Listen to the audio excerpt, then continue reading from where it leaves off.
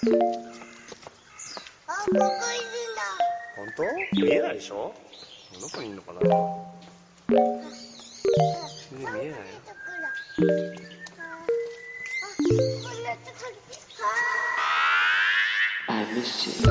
What's good, Internet? It's Monday, August 31st, and you're listening to Waypoint Radio, episode 341. I'm your host, Austin Walker, and joining me today, back on Waypoint Radio, Gita Jackson.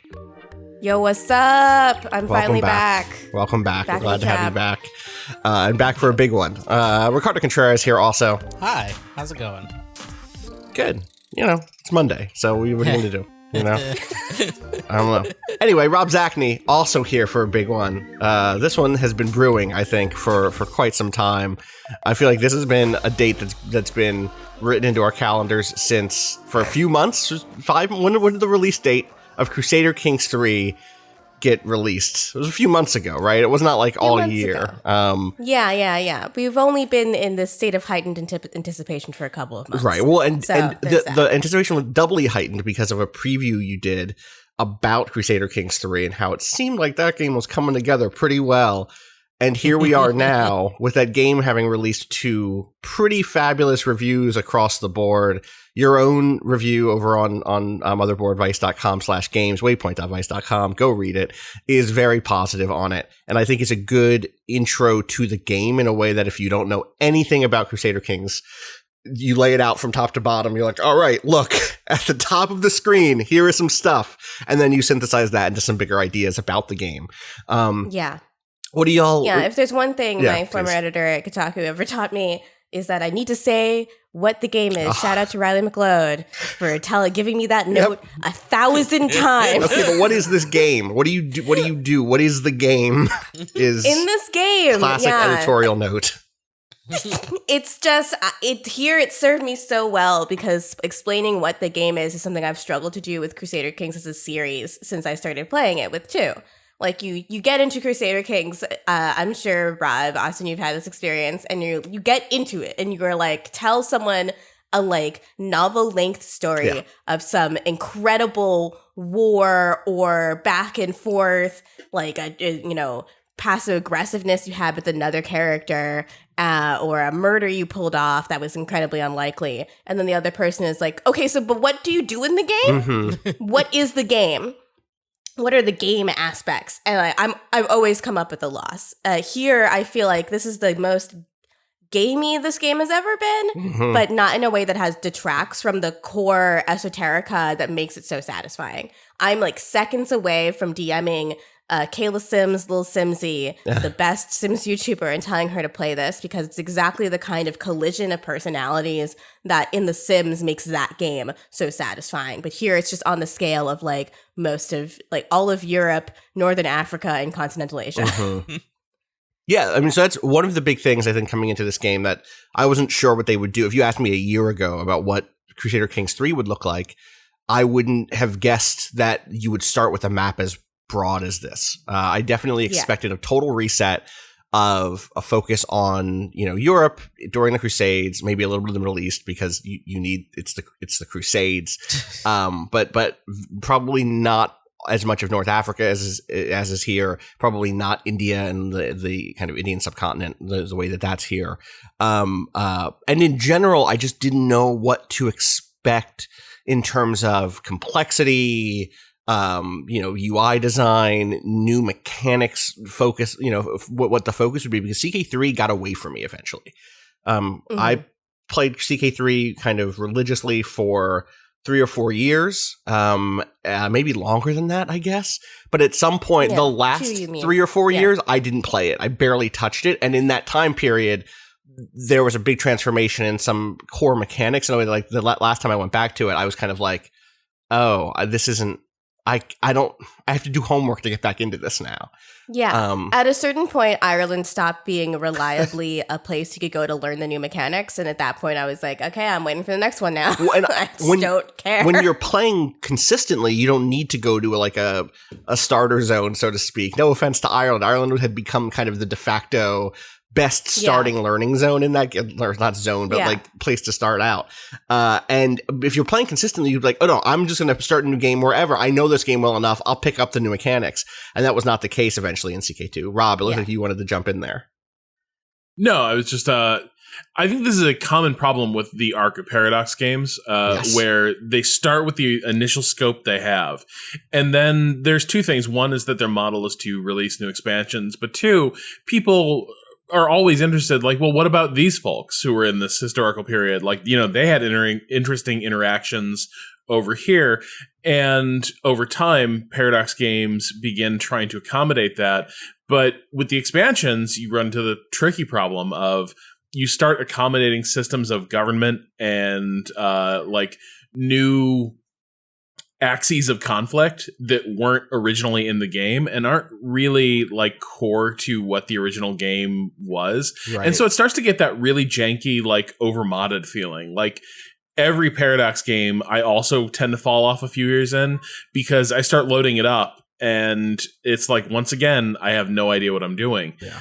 And so Crusader Kings 3 feels like a really welcome opportunity for me to like jump back on the train and see like the synthesis that it presents of a lot of the changes that were introduced organically to Crusader Kings 2, but with like a much more effective and welcoming, veneer of accessibility. Mm-hmm.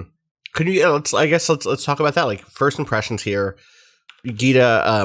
With some caveats, which we'll get into. You seem pretty positive in your review, Rob. From hearing you talk, you also seem fairly strong on it. Do you think this is the place where? Do you think this is a place where people who've heard us talk about the series and games like this for years can jump onto it, like safely? I think I'm the person who. Sorry, I think I'm the novice here. Oh, like really? Gita, like from what you guys are saying about Europa Universalis was my game. Right. Crusader Kings was always a little bit fussy for me. And so like I suspect from hearing you guys talk, you've both been more successful at like riding the Crusader Kings wave than I have. And so as somebody who like made several attempts to get back into Crusader Kings 2 after its initial like launch window, this one is like, oh, just a perfectly drawn bath. Just let me sink in here. Oh, it's so nice. Now I see why people have been going on about these baths. They're good baths.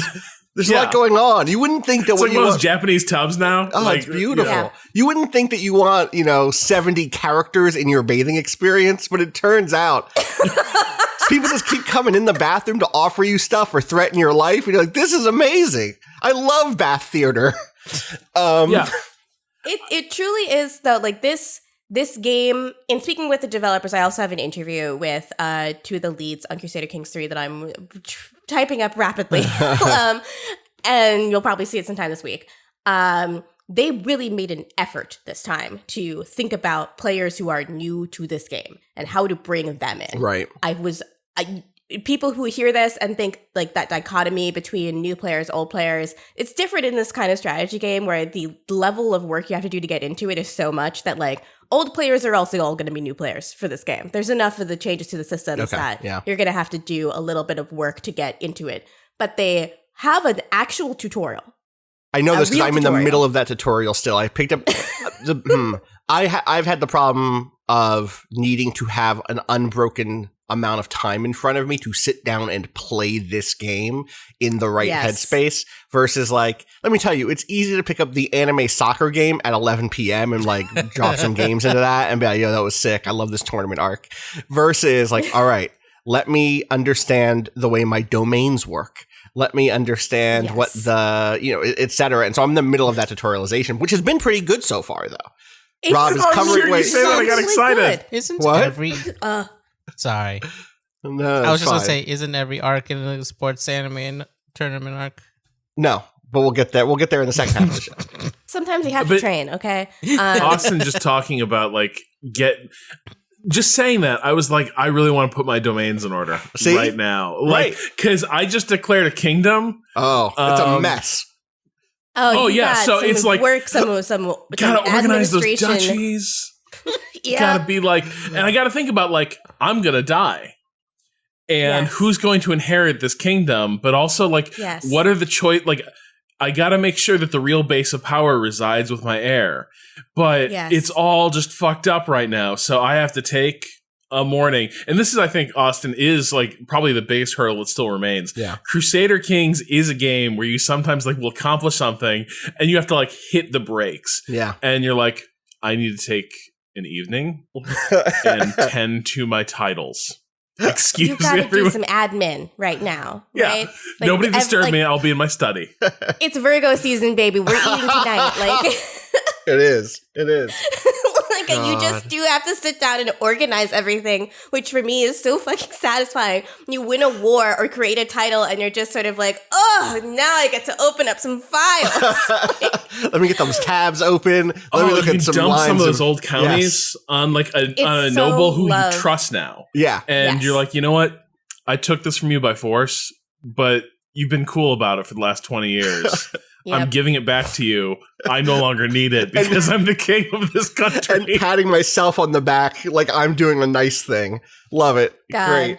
I love fucking people over and then building a mutually beneficial relationship with them so I can give them back the stuff that I need to take from them for temporarily. God. Okay, so Gita, help me understand though. Why is it so much... Like, I agree, this is the most accessible, and I'm saying, like, it's the perfectly drawn bath. But, like, what are the things, in your view, that it's doing that, like, make it the one that, like, if Paradox games generally sort of set some hurdles that are tough to clear, why is this the one, like, why does it feel just so good to just start fucking around with it? I feel like this version of the game, they talked so much, and I can see it expressed in the game so well about wanting to put you in the perspective of a character, where you are not making choices as Austin Walker or Rob Zacny or Gita Jackson. You are making choices as the current leader of your dynasty, the current person in your dynasty that you are playing as. And you can see the tension, the push-pull of that character's personality in every choice you make. And that aspect is intoxicating. You'll get random events that will play out differently from character to character just based on those personality traits. The stress mechanic, I think, really brings this together because the stress, you can have like a character, usually, okay, so here's something that I would usually do every time a new heir became the leader of the new duke, the new baron, the new king. I would host a feast because usually I'd have enough gold to do so. And that's a really easy way to just get all of your vassals to like you a little bit more. Usually when you start as a new ruler, you will have a debuff to how much they like you for short reign. It doesn't matter if you're 12 or 20 or 40. They will all just be like, man, he's only been a ruler for 0.5 seconds. Who the fuck is this new guy? Yeah, you don't even go here, homie. Yeah. This baby? Fuck this baby. They don't know shit. Yeah. So I would do that, but it got me in trouble because I kept having characters who had the shy trait. Shy people do not like doing sway schemes, which is, again, a really easy way to get people to like you. Yeah. Or they do not like hosting feasts because they would rather just be alone. They don't want to hang out with people. And so that would always get their stress into critical levels. So I'd end up with a bunch of shy alcoholics. Oh my God. Or shy recluses. Or shy people who flagellated themselves. Like, as one does. You got that stress. What are you going to do with it? You know? And I could see me pushing this character to their breaking point by hosting yet another feast. And it's like, bitch, they're all about to murder you. They're all in a faction that is rapidly gaining power. You have to have this feast. And they're like, I'm going to die if you do that. I did that once. Yeah. Character who was shy. I needed them to have another feast and then start a war. And those two actions back to back literally killed them. They died from stress. Burnout's real. Burnout's real. So it is. That is such a brilliant new addition. This notion that I think sometimes there's a problem where, as much as there was life sim stuff in Crusader Kings 2, I think sometimes I was troubled by the way that I knew that there was an optimization game I should be playing. Like that. Yes, there was all these life sim aspects, but like also there was a way to sort of work my will and like do the math right. Here, the addition of stress and knowing that like characters they can go against type. You can say like, you know what?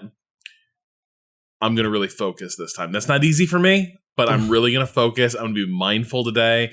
And it's going to hurt, but it's really important that we be present for this moment because we're about to liquidate this entire family.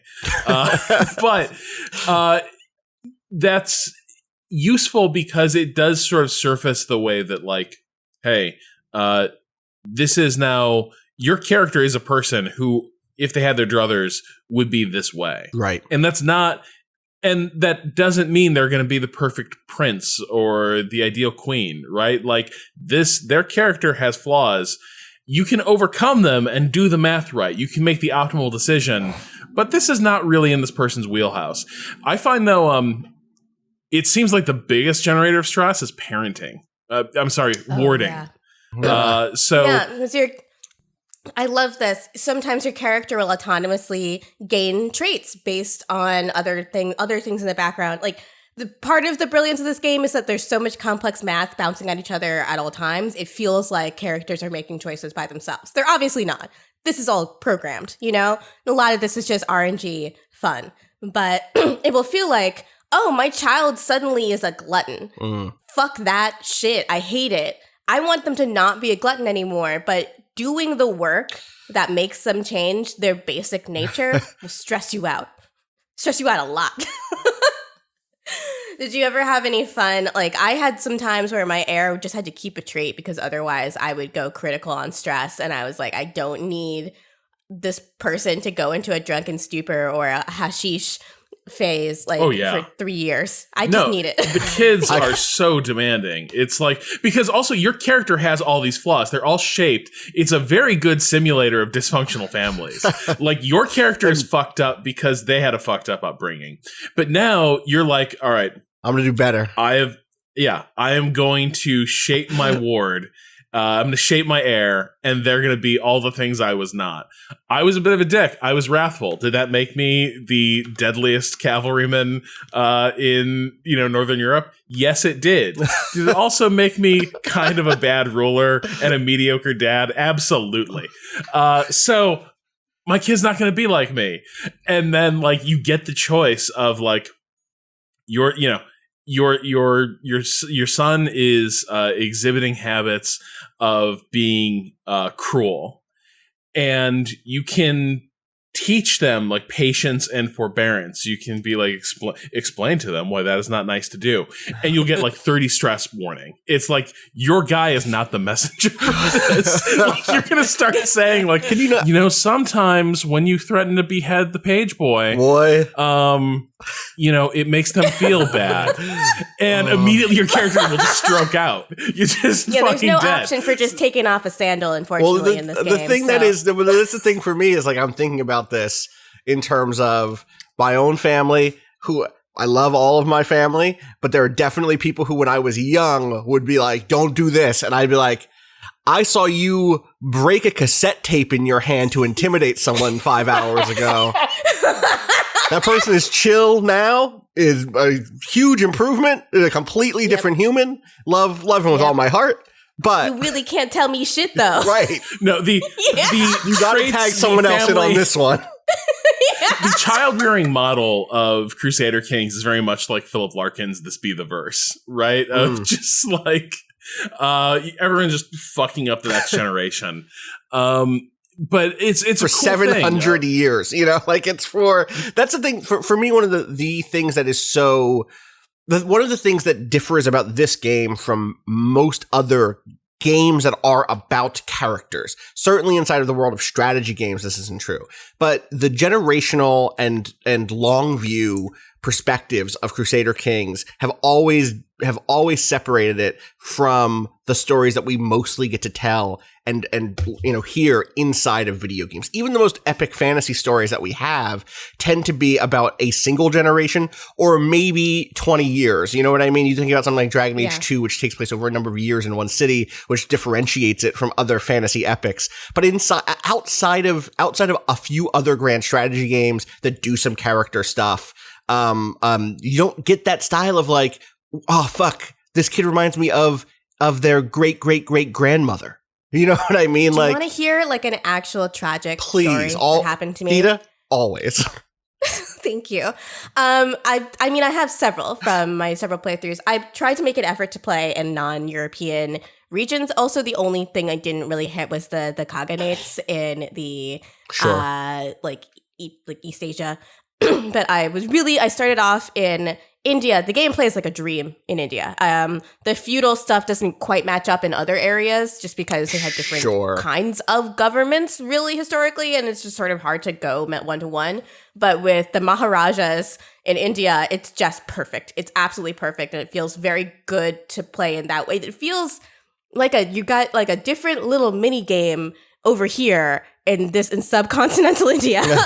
And then over there is something else happening, but it's just very, very fun.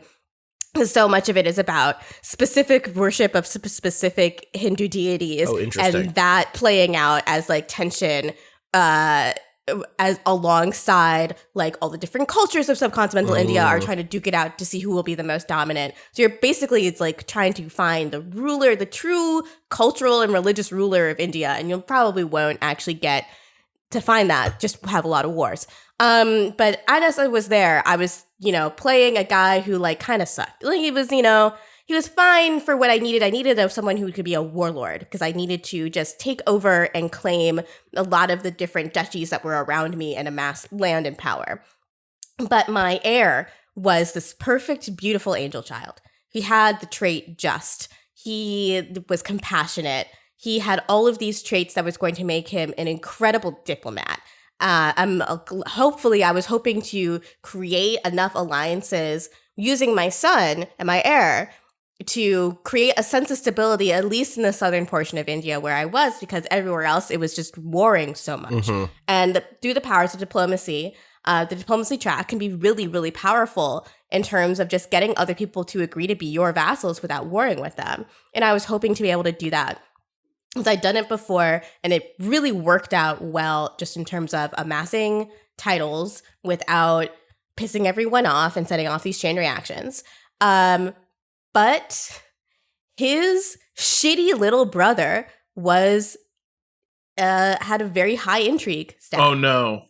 Yes. He had high for his age. He was like 13 and he had like a 9 or 10, which is high for his age, and with the right random number nonsense meant that his scheme to kill his older brother and become heir, become a shitty, like he was a flamboyant jester at the end of his education was the trait he was given. Fantastic. A 1 star in the intrigue track. I'm so angry.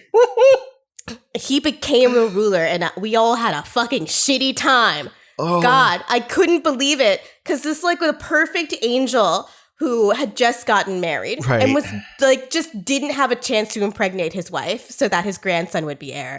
And that was it. Well, so he got murdered like right after getting married. I was so fucking pissed. So fucked up. I mean, this is the thing that is, I think maybe one of the things that maybe is difficult to understand about the Crusader Kings series is you are playing at any given moment. Your whole game is about your dynasty, but that does not mean that you have a bunch of chess pieces you're moving around. You are playing. You have control of one person and whatever influence that they and their closest allies can put onto the world. And sometimes when I say your closest allies, those are people whose loyalty you cannot actually count on 100%, who can be turned against you. And so it's much more like you're suggesting things to your chess pieces. It's almost like every chess piece on the board is moving at the same time, and you can tell them where you would like them to go. But like Dwarf Fortress, you don't know necessarily if they're going to do the thing you want them to do, or if they're going to be taken by a whim to go do something else. And that other thing might be put a dagger in your own back, or sleep with your spouse, or sleep with you, or try to sleep with you. And all of that stuff is just so good. And it's added this from games. They added some new shit to this too, which makes it even more interesting. Mm-hmm. Now your character, when you come into their personhood and start playing as them, they can have like childhood best friends, childhood rivals, love it, childhood crushes, and these all influence relationships to these people. I mentioned this one in my review. It's a great story where my rival ended up as my bishop, which is an unremovable part of your council. And your bishop has to approve you to the church in order for you to get the taxes and levies from your church holdings. And I had quite a few temples, actually, because my character specialized in piety. But this motherfucker would not approve of me. Oh, I hate I him so killed much. a surprising number of clerics throughout my games. Like, This bitch died of the bubonic plague, and I was like, "Suck it, Damn. God judged you, bitch." Like, I love it when they won't endorse you, but also their like piety score sucks. And yes, so God, it's like they have like an 8, and I'm like a 14, and I'm like, "Who are you to judge?" God, Rob, it sounds like. Yeah. So actually, let me just ask this of both of you. We can zoom in a little bit if we need to, but what are each of you have played this game? It seems a bunch. What is your standout character or kingdom? What is like the one that is the closest to your heart at this point? That you're proudest of, or that you feel is so kind of terrible that you almost don't even want to tell me about them because you've done some dirt. I can think of one. I don't know, Rob, if one rolls off the top of your head for you. So I did end up revisiting Ireland again, but this time I was like, we're not going to go down as Ireland. We're going to become Britain. Wow. And hold on one second. I'm sorry. The timing on this. It's fine. Yeah, I have a good interlude about Ireland. So yeah, we'll just hang until he's got to deal with this. Yeah. When I started, I actually have to still text my friend who is an Irish American and cares a lot about Irish history because she's a socialist about this. But when I started playing as Ireland, I got so close to creating the Kingdom of Ireland, and then England came in and wrecked my entire shit. Oh. And my boyfriend was just like, "Well, you just replicated basically all of the history of Ireland." So whoops. I was in that position. There's a couple things. So if you're playing, you start as oh gosh, what's the family name? The House Bryan. If you start as them, they've got a really powerful like warlord king that they start with. And here's the thing that I think this game is even more pointed about. Truly talented people are so rare that it feels more dynamic than it used to, in that I felt a lot more pressure to make hay while the sun shines when I had things line up where I had a ruler who was really competent in a couple aspects, and then like if some of the people available for their council were really competent, we were just off to the races. And so like there's a pressure to, if you've got a great war leader, you'll be at war all the time because this is your moment. This is your chance, right? So with him, I just went for the throat. Like I was not like, basically everyone else in Ireland got an offer of like, you can either swear fealty or we're coming across the border next spring. Up to you. And like, so really quickly, like just reduced everyone in Ireland, declared the kingdom, and then Scotland unexpectedly fucked up all their alliances. Usually they've managed to have like some sort of alliances that sort of safeguard them. Somehow they didn't. And so I just went in. And that's the dynamism to some degree, because you can't count on that. You can't count on Scotland in that moment having fucked up. Yeah. And they did. And so they knew they had the problem. Like I invaded Scotland and they signed an alliance with Spain. And this isn't like Spain. Like Spain is a powerful medieval kingdom at this stage of the game, but it's not like Ferdinand and Isabella are about to lower the hammer on you. Right. But still, it meant like thousands of troops were intervening in a small, Celtic war, basically. And so I had to, with my leader, it was one of those really quick, like, I have to destroy 3 armies that, if they united, would be about 4 times my numbers. And I have to destroy them before they can do that. Right. And so it was this like really tense, divide my forces, go after one, kill them, wheel, converge, kill the next group, and basically chased off Spain. And it was a successful war. We ended up taking a lot of Scotland, and that set us up for a good invasion of Britain. But the thing that really started to get dicey was I also had a really messy family tree. And so in the wake of all these wars, what I ended up having to do with all the prestige I'd won via these wars prestige is a really important currency. It like allows you to it's what allows you to create new kingdom titles. It's what allows you to sort of do a lot of the bureaucratic feudal stuff to reshape what your realm looks like. I ended up burning through all of it, just aggressively disinheriting people, because in the middle of all these wars, my heir had been killed. And fuck. Yeah. And so were they leading an army? You really gotta check on that. You gotta forbid heirs to be knights. I don't think he was leading an army. I think he was serving right with the king. I think he was like listed as one of the knights in the retinue or something, but like he died in the fighting. Died pretty nastily too. Like first I got the like, oh, he's maimed and wounded and one-armed. And like it was not good. I click on his portrait and it's like he's all kinds of fucked up, and then he just died. But he died right after having a wave of children with his wife. Sometimes it do be like that. Meanwhile, he was my only heir. I had this thing entirely set up where he was going to be the sole heir, and he was going to get all of it. He was going to get everything. And now it was like a random 2-year-old who was being raised by a woman who hated me was my heir. The dream. And so I was like, I might need a new heir. And so I looked through my options and I found this, like, in Crusader Kings terms, I guess she'd be described as a smoking hot sex machine. But she had the lustful trait. She had like the beautiful trait, but also she had intrigue through the roof. Like, I think it was 20. It was just some insane intrigue score. And so like that's I was before like, spousing up and getting a spouse bonus on your intrigue score, right? Yeah.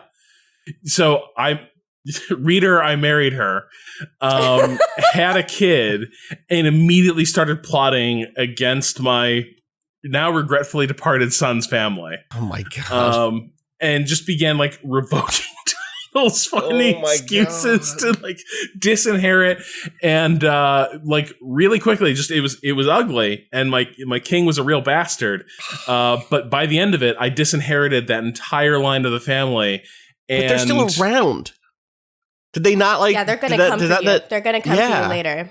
Yeah, but they didn't have. Is that a later problem for you? They can't stab you in the back if you own all the knives. Yeah, so that was kind of it. But it was this like really, I could have done a lot of things with the influence I'd gained from gaining all these titles and fighting all these wars. And it would have probably made future succession problems way easier to just use that to re-administer the kingdom. But I had to burn through all of it, just like brute forcing this entire wing of the family out of the line of succession. Because also it turns out like my lustful, brilliant, devious wife was a great mom. Like she raised some really talented children. I love that light novel. Did you get the buff also from like they gain extra knowledge from a great tutelage from your spouse? Yeah. Oh, that I'd popped, love to see it. You love to see it for both the kids. I mean, one of the things. Go ahead. The only downside was my king could not get out of his head that she was cheating on him. Every few years he was like, damn, like you basically married Sweetie, so she was about to show y'all how to bag an 8-figure nigga, and like you can't get that out of your head. The thing is, she may have been, and you know what? Maybe it's okay that she wasn't my problem. Yeah, you know what I'm saying? It's like, again, to bring it back to Sweetie, if you're dating Sweetie, are you going to be mad at someone else? Right. Can you be mad? The thing that we should emphasize, or not emphasize, but like I think that maybe was important in that story is that the resources you're keeping track of are not only like gold or whatever in this.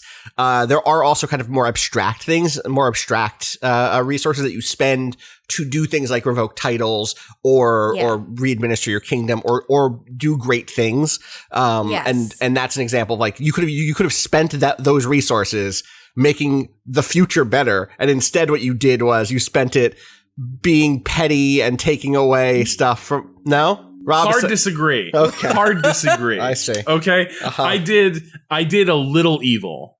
to secure a bright future without the For threat House Brian. of without the threat of English intervention. Is this like the time I murdered those 2 babies? Yeah. This is just like Tell me Yeah. about the babies. Okay, so here's what happened. Rob, you learned about this story, but here's for everyone. I was a dynasty leader, and I was just having some trouble having a son. So I left my oldest daughter unmarried because I knew it might come down to this matrilineal marriage. It would be tough because a lot of the surrounding leaders were Catholic. Right. And they were not into that, but they would accept where were it. you? And What were you? And I would make it where work. were you? I was, this is my Russian leader. I was like trying to Eastern Europe. Situation. Yeah, it's Orthodox. Yeah, you can't. The one thing that did kind of bother me is there's absolutely no representation of Judaism because there are no Jewish rulers. Right. So Judaism just kind of doesn't exist though because it tracks religion through the rulers and not through this sense of there's a diaspora of Jewish tribes that also exist and have their own societies. So that felt like a big missing piece for me personally. I thought that they had specifically said that they were going to add Jewish. Jewish characters a different Jews. part of CK2, but now that you mention it, I'm not sure. I could not I feel find. like I I might have was seen looking one for during the my Jews. preview phase. My memory on this was that there were specific movements you could play as that were presumably very small. My guess is if you find the right year and click on the one right county on the map, you'll find them. This is how big this game is, yes. right? We are not sure truly if there are Jews. I didn't include this in my review because I wasn't entirely sure. I'm checking my time. I played 118 hours Jesus of this Christ. game Yes. in the 2 weeks I had it to play. Right. Jesus. I'm so sorry to my boyfriend for staying up until 5 a.m. twice this week. But yeah, we started doing Shabbat here. We light candles. We have Shabbat dinner, all that. I wanted to play as Jews, and I made an effort to find them, and I couldn't. Hidden so away. I settled for Eastern European. That's where David's family is from. So yeah, I had done a female leader, and it was tough. She had to just be really iron-fisted. But she made it happen, and I was proud of her, and I was like, okay, I can do that again. But then I had a son, and I was sick! Yes, I can marry her off and have another allegiance, because I only had 2 daughters. Sky was just not very fertile. It was very upsetting. And I married her off, and then my son got leprosy, and he survived, and it was okay. He was fine. It was fine. It was fine.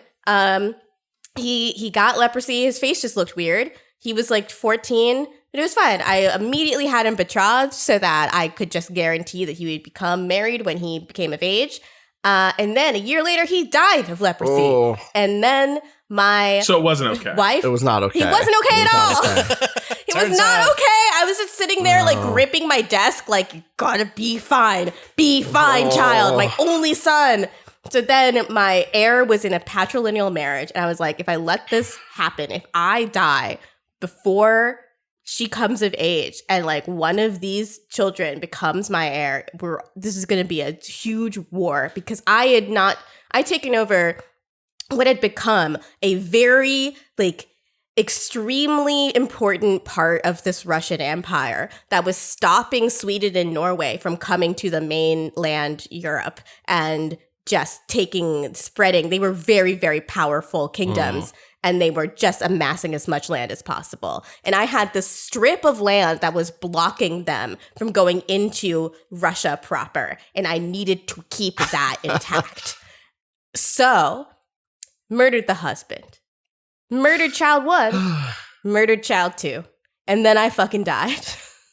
And it was okay. She got married in a matrilineal marriage. It was fine. It was fine. God. She was a great ruler. Feel really bad about those 2 dead kids, though. Oh, well. You got to break a few eggs. It worked out in the end. Yeah. I'll just go down in the annals of history, so it's fine. I like this game. This game sounds good. Yeah. All I want is for Sims YouTube to discover this so much. If you play the 100 Baby Challenge, my favorite simmer, Lil Simsy, who have now tweeted at, and Troy Goodfellow, PR rep for Paradox, has also tweeted at because of me. Just try this shit. If the 100 Baby Challenge is where you just turn the game of The Sims into just intense brute force strategy game, because you have to take care of and birth 100 babies over a series of heirs. Micromanaging their personalities doesn't matter so much there, but micromanage, and in order to do the challenge efficiently, they have to reach certain milestones very, very quickly as children characters. So you have to like basically create child jails for them so that they will be forced to do their homework and learn skills and not be able to do anything else. So if you like that kind of Sims gameplay, and you also like the kind of Sims gameplay where there's a bit of randomness from how other characters treat you, where the fabric of the world feels very alive because there's all these different characters you'll meet, you're gonna fucking love this. And I think this is something that they really wanted. I can see the attempts to reach across to new kinds of players in this gameplay. I mean, I think that's part of why East Asia, subcontinental India, and North Africa are in this game. Right? There's going to be players that want to play this game, but not necessarily in Europe. I tried playing in Africa. It's actually extremely fun. And playing with the religions there are really fun, but it can be kind of unstable and like just because everyone's at war, and then Europe wants to come in and take everything. India is a little bit more like they have stronger armies, I think. And so you can if you choose the right dynasty, you can make a stronger stand and sort of take things over.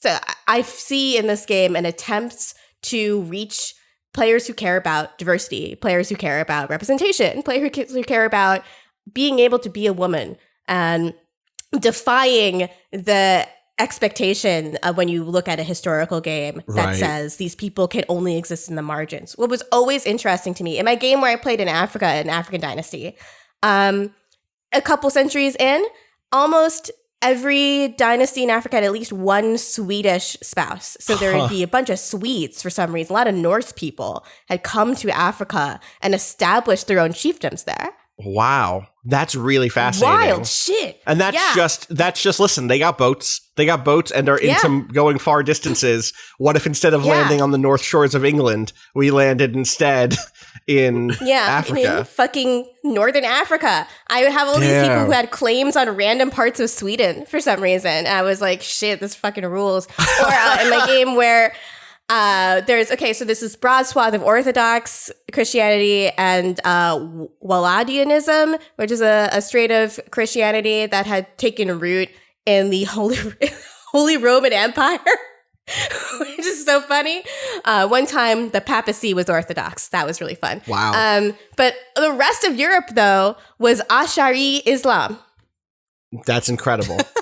It was fucking amazing. I love history. Well, it's like this gets to one of my bigger questions here, which is like there are ways in which Crusader Kings III has always scratched two different, or has always seemed to represent two different and often opposing views of history. On one hand, it's a very materialist rendition of history that's very interested in infrastructure, in the long, slow process of improving a nation through the sort of technological research that takes generations. You know, things take a long time to build. Oh my God, it's so slow in this game. It's very slow. Yeah. No, this is like... You can get up and make a sandwich for a lot of this game, honestly.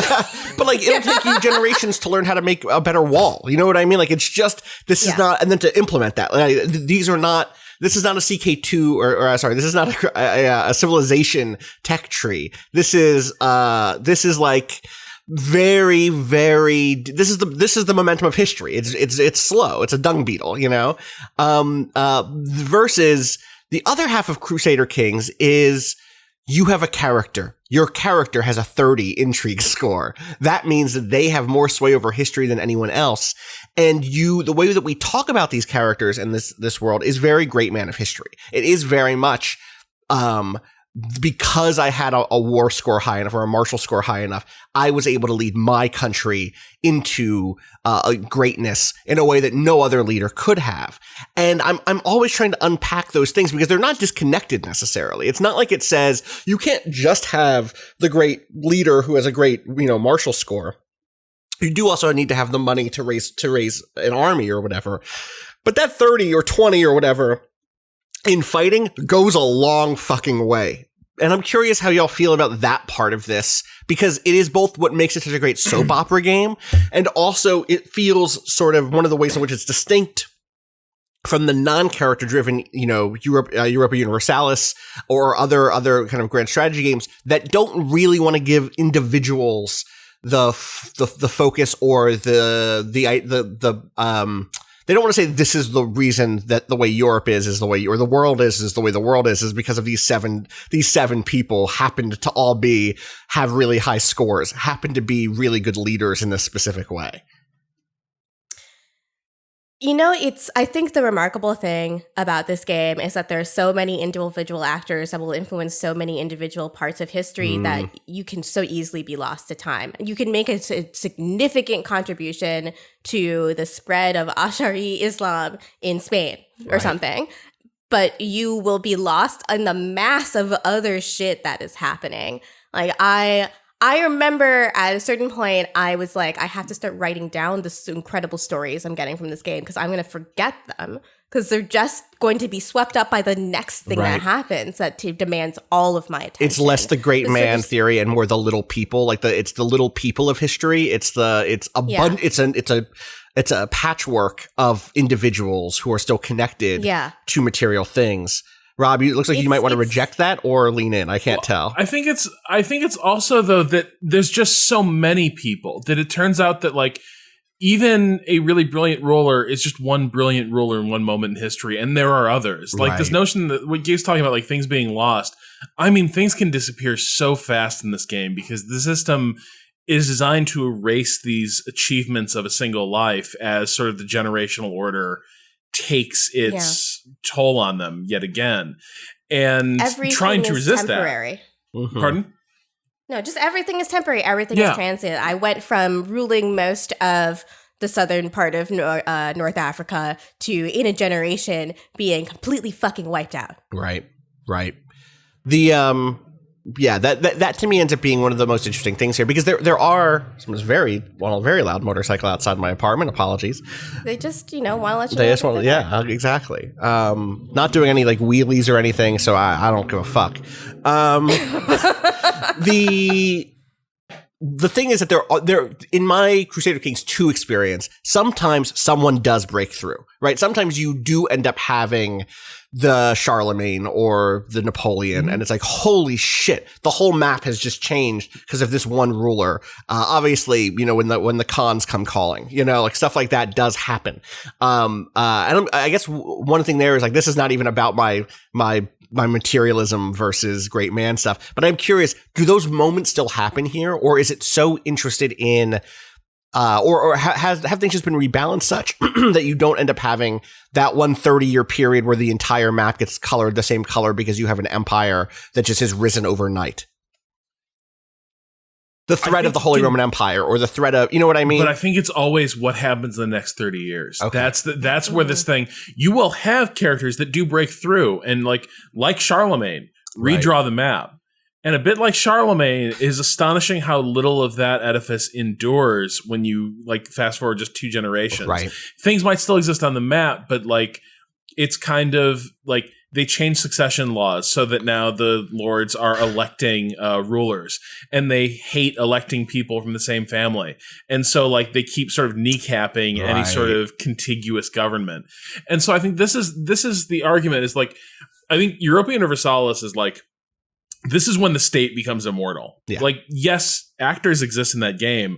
A bad ruler can still tank you. A great one can still make a lot of things possible. But, like, the state has ways to stabilize the vagaries of individuals. Crusader Kings doesn't really have that. It's very much about these individual personalities. And I think the way the system stabilizes over time is all these little atomic actors doing their own little thing do have a way of, even if they couldn't stop the Charlemagne character, they have a way of dragging down everything that follows and like forcing it back into the churn, right?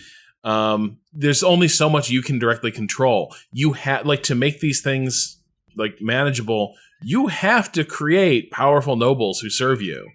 And as long as they're alive, after you've created them as powerful nobles, you can count on them. Right. How are their kids going to feel? Right. Gita, one of the things that you raise in your review is, we've just done a lot of praising this game for a lot of different things.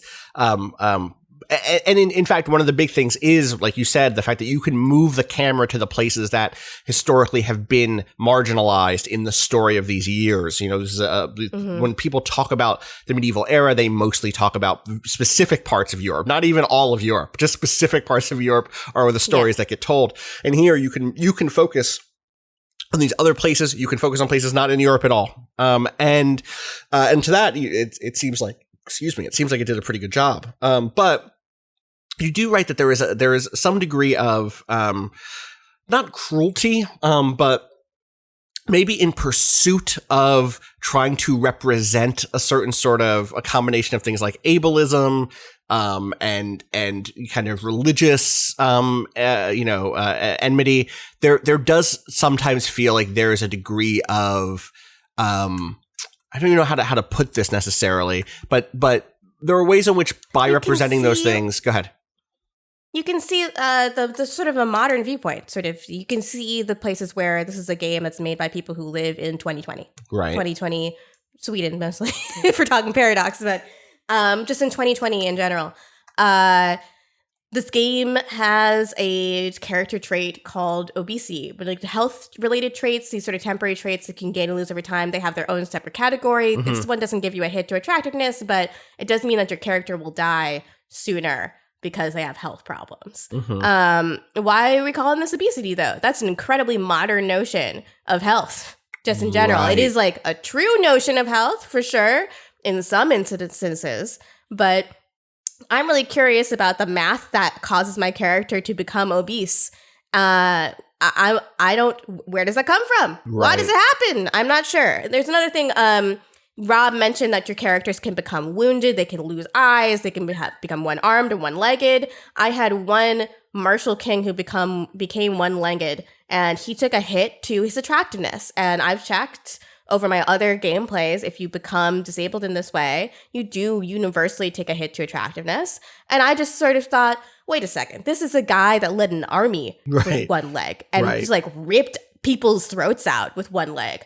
At a certain point, that's got to stop affecting him. He's the leader of this country, right? At a certain point, his one-leggedness is part of what makes him a great leader. Why is that still giving him a hit to attractiveness? Right. That's a very modern, very able-bodied idea about attractiveness that I don't even think is universally true now, and definitely wasn't universally true in the medieval ages. You can just see the perspective of people looking back at history. It does such a good job of placing you in a specific time that when you brush up against those limitations of its imagination, of how other people can be and act and what they can believe, it really just takes you out like a lot. Yeah. Yeah, that's tough. And it had always been sort of tough. And I think one of the things that the places that it works best, and here I can answer a question we had before, by the way, about Judaism, is when it says, here is a social norm. Here are the ways that you, the player, or individual characters can overcome that normative ideology and either put something new in place or be the one of the many exceptions to the rule, or have this little corner of the world where things just work different. And so the two answers: one, I did look it up. Judaism is in the game. There are those like specific Judaic. I said it before. I seem to have lost the page I was on before. But there are you can be a rabbinic Jew. You can have those spaces. Those do exist, and also you can create your own faith. And you can create one. You have to be very pious to do this. To convince the church to make no. There's some headwinds to that strategy. I talked to God. Let me tell you about God real quick. The other thing that you can do, and this is Gita, I feel like this is your goal. This has to be something you try to do. Is you can straight up create syncretic relationships between different faiths and be like, all right, this is the one place in the world where Jews and Catholics can chill completely openly, have intermarriage, have space where there's not necessarily hostility. Though actually, I say not necessarily hostility. That's not exactly right, because the specific thing you unlock with any sort of syncretic faith thing, whether that is, again, there's 99 different religions in this game. So in between any of those things, what you're doing is you're shifting your kind of domains perception of that faith from evil to hostile, which is basically not a huge leap, but it's a leap to where once you're hostile, you can start working with them and slowly make additional changes. But when something is evil to you in this game, that is it. There is you don't fuck with evil. It was so rough. Yeah, when in Africa, I was trying to reform Ori-san because I really liked that it was matrilineal and it was tolerant of homosexual relations and also of witchcraft. I just thought, hell yeah, let's go. It's so cool that I'm playing as this like religion and I'm taking over like a lot of Africa. Unfortunately, Ghana had a patrilineal tribal religion, Akom, and Ashari Islam, which is very patriarchal, was coming in from the West, from the Middle East. There was also Muwaladism, which is a little bit less strict, but it was making its way into Europe. It was going north, so I wasn't interacting with that. Probably would have converted to that because Akom and Ashari wasn't really jiving with the empire I had created, which was very dependent on it being matrilineal. So I needed to have a religion that was strongly matrilineal. So I kept trying to reform Orisa so I could move from the feudal ages into the medieval ages. Or I can move from the tribal ages into the feudalism and create a kingdom and start doing all this other stuff so I could amass a stronger power base. But you need like a level of, you need the so this is what, going back into what you're talking about, where you're not just juggling currencies like gold, you're juggling metaphysical currencies. Right. Piety is a metaphysical currency that you have to do. You have to amass like the amount of piety you have to amass in order to make these religious changes. So fucking much. I bet. So much. You will be lucky if you do it on your deathbed. Like, that level.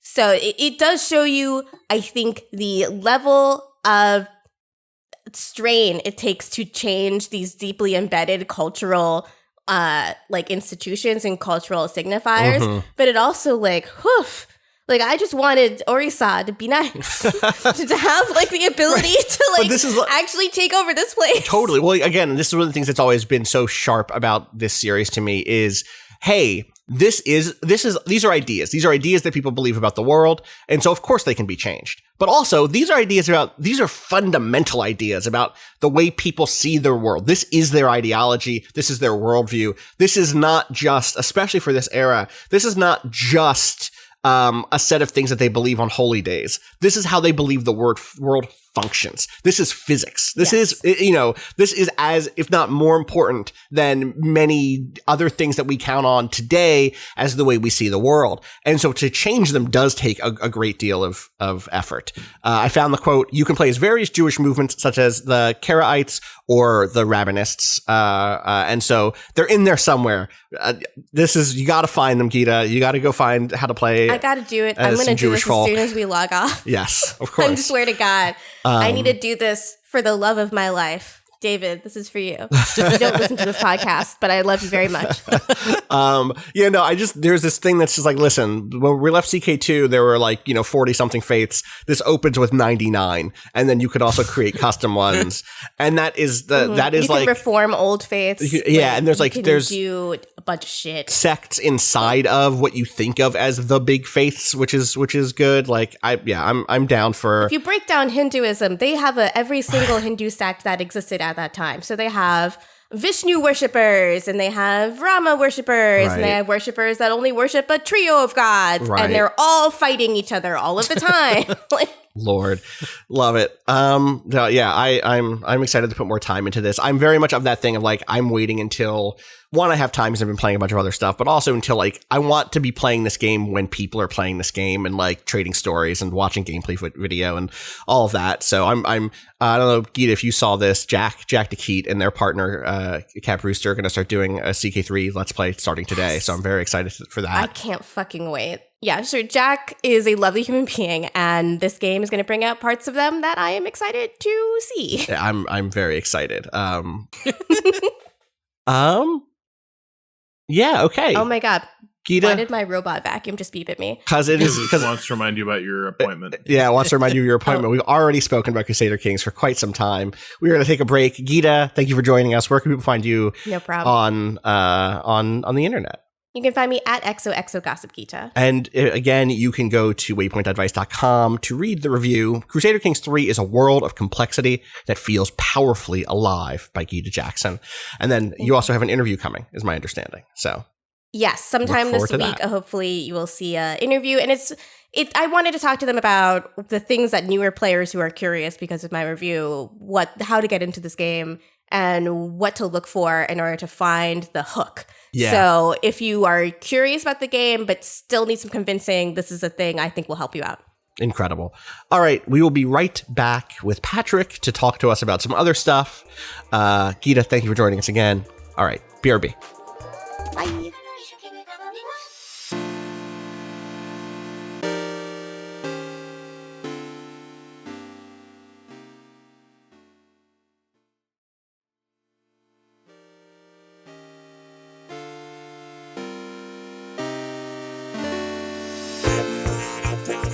All right, we're back. Patrick is going to join us sometime in the next few seconds or minutes, but I wanted to sneak this in before he gets in and gets bored by another strategy game.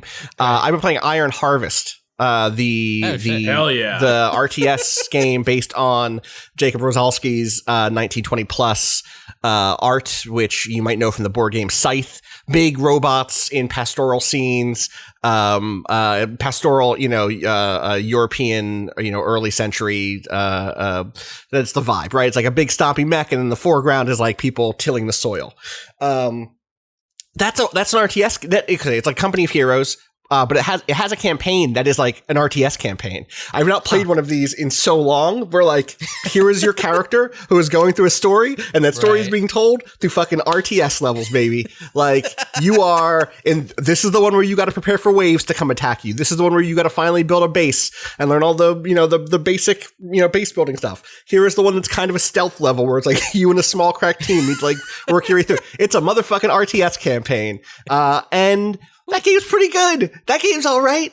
I had kind of written it off after that beta because I didn't have the demo that came out this summer because I wasn't super blown away by it. There was like that one mechanic that seemed interesting of picking up enemy weapons. The RTS game, again, like Company of Heroes, cover based.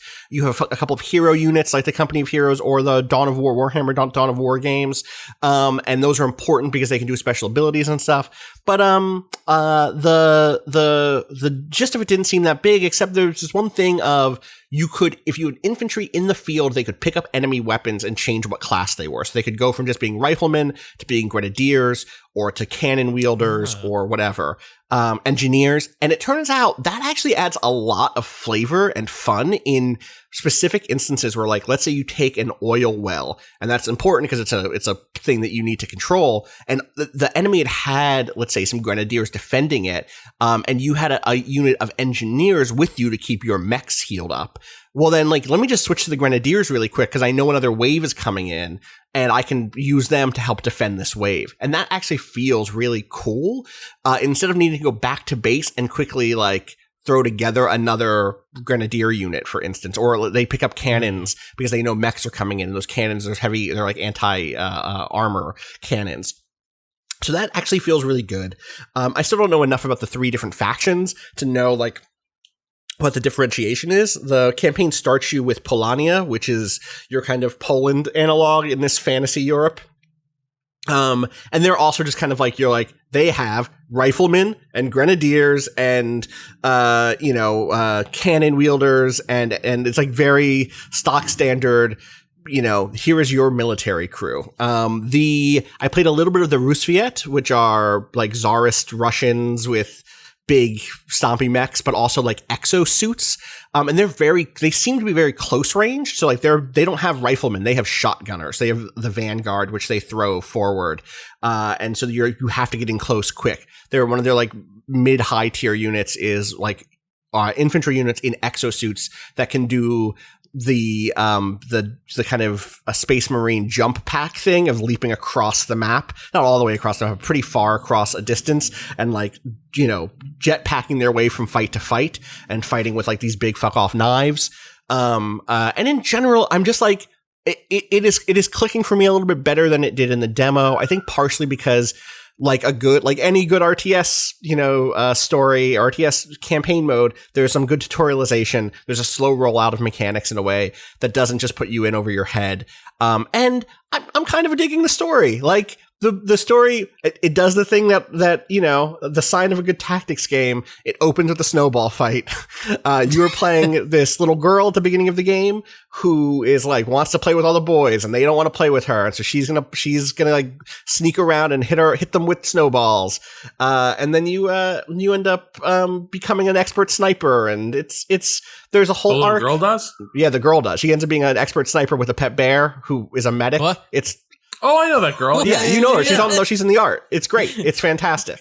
That's awesome. Yeah, so that's one of the characters. Dude, this is flooring me here. Why? Because like I played the beta. I just played multiplayer skirmishes, and I was like, it doesn't have vibes. Dude, it has so many vibes. Your dad is a secret scientist who worked with Tesla. Like, it's a whole thing. It has vibes. You should play this game. That's what I'm going to say. You should play this game. All right, we have to do a clap because Patrick showed up. Patrick, we snuck in another strategy game to talk before you got here. Patrick is shaking his head. Patrick, are we going to time.is?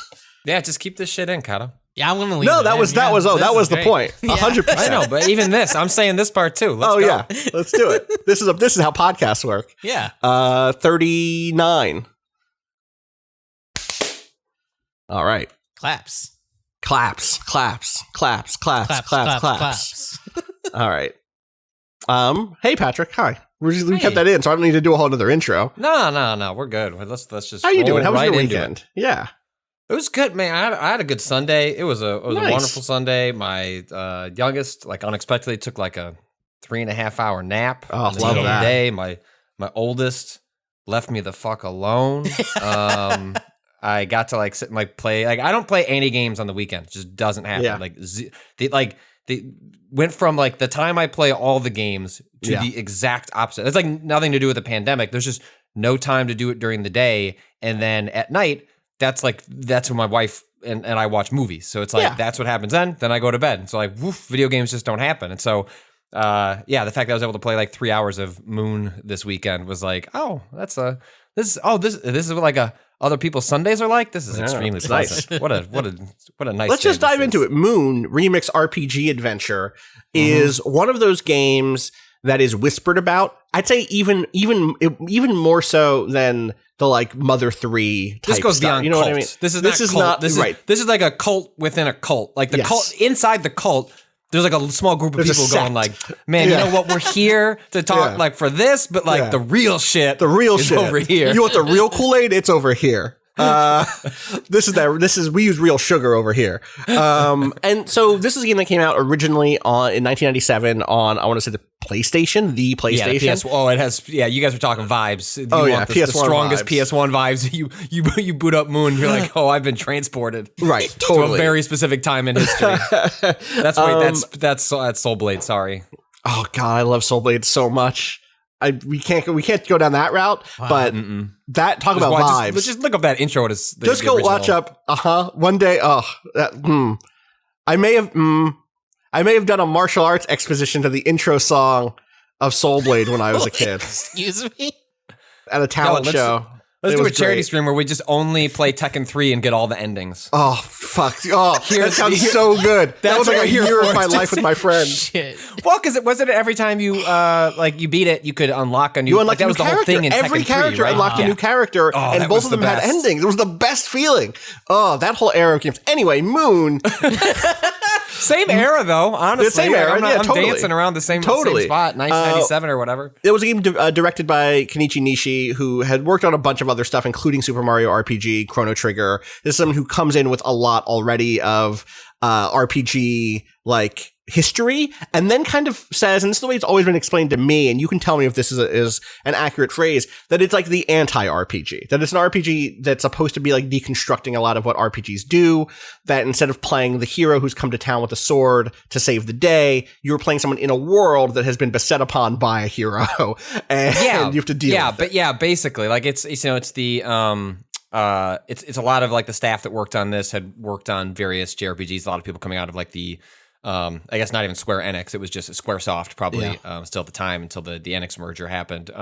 Was it also Enix people or was it just Square people? Because like Enix was mostly doing Dragon Quest and stuff. Yeah, but I mean, like in general, like this was basically like as a response to what had become like a set of tropes, in sort of like established primarily by games like Final Fantasy and Dragon Warrior or Dragon Quest at the time, and like you play this. The game opens with this little boy who is playing an RPG. It's a knight in big clunking armor, and he's fighting a dragon. And then his mom comes in and says, like, honey, time to go to sleep, with like this very distinct PS1 era voice acting, where like voice acting wasn't common. So like the audio sample is like busted as hell. But now it sounds great because it's just like that graininess, like that scratchiness to it is endearing. And the kid goes to bed. Comes back, the TV is still on. He gets sucked into the TV and lands in Moon World, which is the RPG he was playing. And this is a world that the moon has disappeared, and they believe it's because of this dragon. And there's this hero in his clunking armor. But he's just a prick. Like he is just going around like busting things up.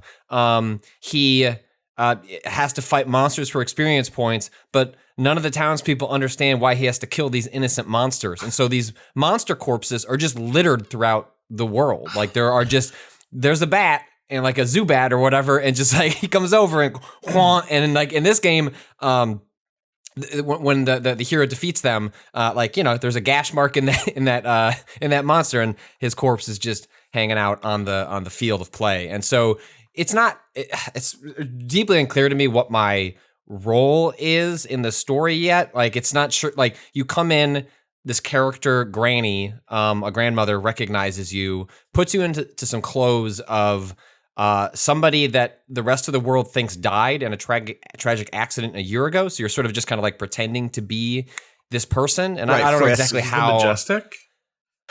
We both went to different places here. Yeah.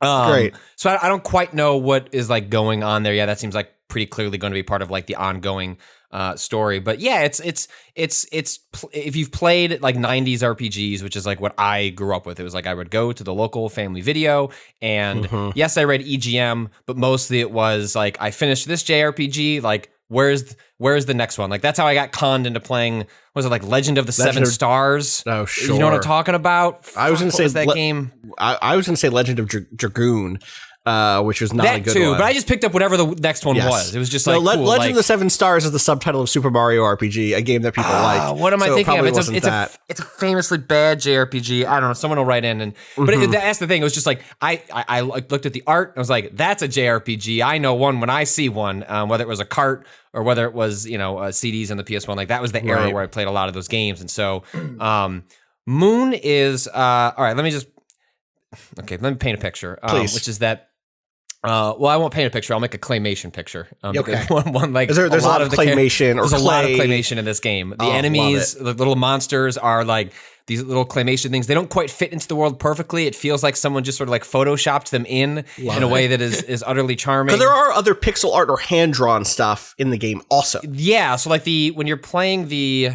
when the kid is playing Moon World, it's like traditional like pixel art that you would get from a JRPG, like a Final Fantasy VI style or Final Fantasy II and then style.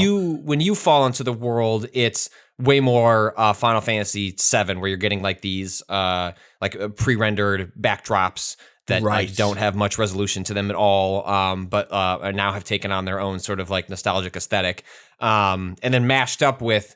Yeah, you've got like these enemies that are made out of clay. So like I played a lot of Clay Fighter weirdly back in the day too. That game was not good, but I found to be charming in a Twisted Metal sort of way. Yeah. So this game doesn't explain very much about what's going on. They're just you're dropped in this in a dream. Some sort of like weird kind of clown figure says, you know what? You need to just put love into the world and actually go collect the love that's already there, and that's how you're going to. Become more powerful. And I'm like, cool. Whatever the fuck that means. All right, time to go play this video game. And the first area you're in is in this kind of castle area. There's a bunch of NPCs. And I'm walking around. And I maybe walked around for 3-4 minutes. And my boy falls to the ground, dies, and it says game over. I'm like, oh, right. Like, this is like a clever conceit. Like, this is like part of the bit. Like, I'm going to get a mechanic's going to get explained to me. No, I just get dumped out to the title screen. Like, my character died. And I'm like, what are you? What happened? What? I mean, quite literally, like, just walking along, the character starts, instead of running, is walking. Like, clearly they're tired, and then just passes out. Game over. Load your old save. Nothing you did for the last couple minutes meant anything. I'm like, what happened? So I thought maybe like there was a glitch. Like, I was like, I must have missed something. There was when I got code for the game, they're like, oh, we're waiting for this patch to go live. So I Googled Moon, like a Switch glitch. Also, part of the problem is like this game is, because it's cult within a cult, there's just not a lot written about it anywhere. There's there's not many FAQ resources for you to go to that's like, here's a there walkthrough. is. Okay. There is. I'll get to my problem with the FAQ. It's not the FAQ's fault. It's just the nature of the situation. But it turns out there's just like a stamina meter that's going in the corner. The game calls no attention to whatsoever. Like, it's up in the left, but there's like a handful of things that are part of that interface, and I was just ignoring it, thinking that'll just get explained at some point. No. Or when I died, the game would be like, aha, like, let's here's how you got here. Right. And here's why you died. And instead, actually, I just highly recommend going to the Onion Games Twitter account, which is the publisher of this Switch version. They have translated the manual, and the manual is critical because this game does not really have a tutorial. Different era. There are bits where they will allude to certain mechanics, but whereas these days, this game is going to make sure, like, games are going to make sure you know what the fuck is up, and that, like, this is exactly how a thing works, to the point that you're now annoyed at how long it's taking to get to the next bit. Right. This is like the opposite, where like there may be a passing mention of how a system operates, and just immediately you're not going to internalize it. So go read you really can't spoil yourself on the mechanics, and it's worth getting all that stuff understood up front, because the way the game works is it's a sim, like it's a life sim. Like, you are trying to solve sort of like problems, ailments, quests, and as you do that, you earn love. When you earn love, you take that back to a bed, you sleep. The creepy clown meets you in the it's, I'm being disrespectful to the clown. He seems very nice. This isn't like a Pennywise situation. Learn nothing from Dropsy. And then your heart grows, and as your heart grows, you can spend more time in the world. And so what ends up happening is like the dynamic of the game becomes really interesting really fast, where it's just to start the game, you can't spend more than, I didn't like clock it. It's under 5 minutes. Like, we were talking 3 minutes you can be in the world before you need to hustle back to the bed and go to sleep. And what that means is like, it sort of artificially restricts your possibility space. And so rather than, at first I was frustrated until I started to wrap my, like, just like try and adjust to the rhythm of the game. And the rhythm of the game is like, the reason we're constraining you to this spot is because this is where you should be looking. Right. Like, so you can go down this hallway and go all the way to the back of the castle, but then you're going to pass out and die next to this telescope. Right. And so what you should instead be doing is like focusing on like, who is around you? What can you do in that space? And like, once you do that, it's like, oh, right. My grandmother said that she, I don't know. I don't know if she's my grandmother, but we're going to call her that for the sake of the story that I'm at. Granny. She said, go, here's some money, go buy some bread. Did that, got some hearts. Boom, upgrade. Which means I can stick around in the world a little longer. And what you then realize as you're sticking around in the world longer is that every character has things they are doing. So the world is progressing in the sense that, for example, I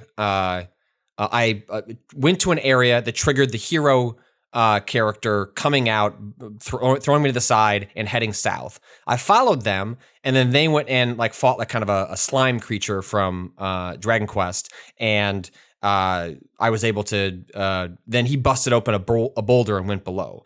And so I was able to, one of the main things you're doing in the game is like saving these monsters. So you can save the souls of the creatures killed by the hero. And so usually that means solving a little riddle. And so you'll walk up to the corpse of like a slime and it says, yada, yada, yada. Like it might be something as simple as like comes out at night, or more complex in that, is shy, and which means like you can't look at it when it's looking at you, and that's how you like work your way over to the creature's soul. And then when you grab the creature's soul, for whatever reason, a UFO appears. It takes that creature's soul away and says, "Thank you, they've been saved." And each time you do that, you gain some love. And so the next time that you sleep, your hearts will upgrade, which means you can spend more time in the world, which means you can be in the world longer, which means you can see more of the progression of someone's like daily routine. But the boulder that was crushed by the hero, that part has progressed. So it's like there are static elements and elements that reset. So the slime stays dead. The slime stays dead. The boulder stays destroyed. But people go about their daily lives as they do. They have a routine. Wanda, who's running the bar around the corner, like Fiona, who's running the flower shop, like she's gonna leave at the same time. She's gonna go back to her bed at the same time. And then the whole dynamic of the game is like, as you're completing these little quests, then you can stay in that world longer, which means you can experience more of the day. And from what I understand, that like goes beyond just a single day cycle where like you can have parts where you're like sticking around for like a day and a half, 2 days. I don't know what any of the fuck those symbols mean, Kato. You just pasted something from... This is also something that I didn't read the manual yet, so you're explaining something to me that I suspected, in the manual. but didn't know. Okay. So every day that you sleep, it actually progresses to a different day, and it's not a Monday, Tuesday, Wednesday. It's a solar day, crescent day, blaze day, tears day, blaze day. Blaze day. Every day in 2020 has felt like a blaze day. Yeah. And yet also like a tears day. Yeah, you wake up blazing and you go to sleep tears day. Leaves day, Collins day. I think it's coins. Coins. It has to be Coins coins day. day. Coins right? day. Yeah. And then it says 1 week is made up of 7 days. And so Is there a I will say weekend? Are there days when someone doesn't do their normal thing because it's Echo Day? And it's like... So I've had dialogue The day where everyone encounters. checks on their Wi-Fi. yes. Sorry, the Echo Day logo. There's a symbol with each day. Echo Day is just straight up a Wi-Fi symbol. Before Wi-Fi, though. You know? Yeah. I don't know what... Wi-Fi didn't exist. Did you know that the Wi-Fi like symbol is echolocation, actually... probably. It's actually a reference to Echo Day. The people who made the Wi-Fi standards, big fans of Moon. Only old heads. Only old heads know this. You love it. Anyway...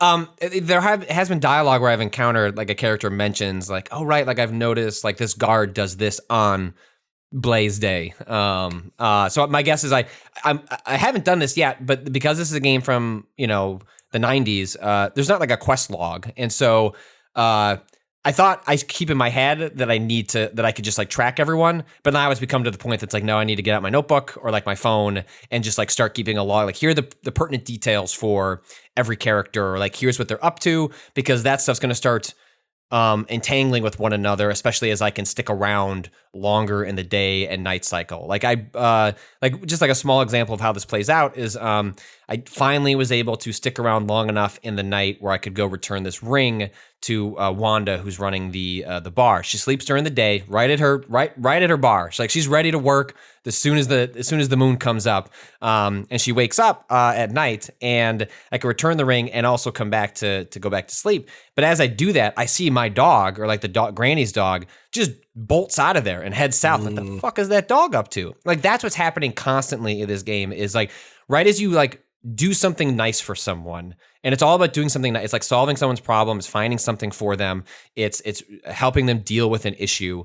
That allows you to stay in the world longer and solve more problems. And then as you stay in the world longer, you really just want to like, I'm going to go walk through an area that I only experienced in the day. Now I'm doing it at night. Like what are people getting up to? And all sorts of things are happening. And it's just a really fun little game with really, really clever writing.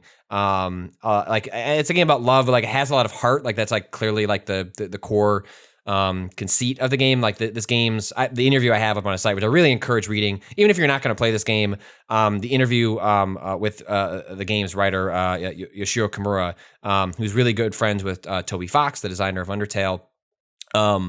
They wrote this game, and it's just one of my favorite interviews I've ever done, even though I did very little except come up with like 8 hopefully open-ended enough questions. And I got like really tremendous answers in response. Like I just want to read, just as a tease, because I think I want to read this final reply I asked. I said, "You've been making video games for a long time.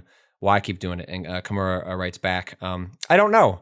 I honestly do not know the reason I'm making games. The fact is I've been forced to stop and even run away with it in the past, but as much as I think about it, I can't work out why. I've tried making a living doing something else, like working part-time in a convenience store or a cafe, but it doesn't really suit me, so I've concluded it's the only thing I can do.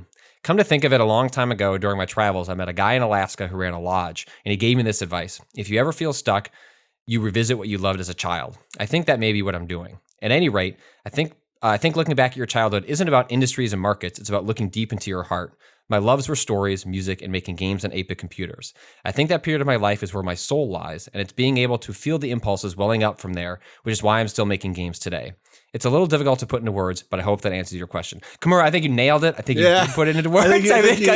Swish. Granted, that's like a very common like Japanese like trope in lots of videos. Like, I really hope I answered that question. Like, please wait for more details. Like, but whereas like they gave like a really succinct. That's a fantastic response. Beautiful, and like there's a lot of really beautiful answers like that. And this is a game that Toby Fox has said Moon doesn't exist without, or Undertale doesn't exist without Moon. And then what was revealed in this interview was that they became close friends.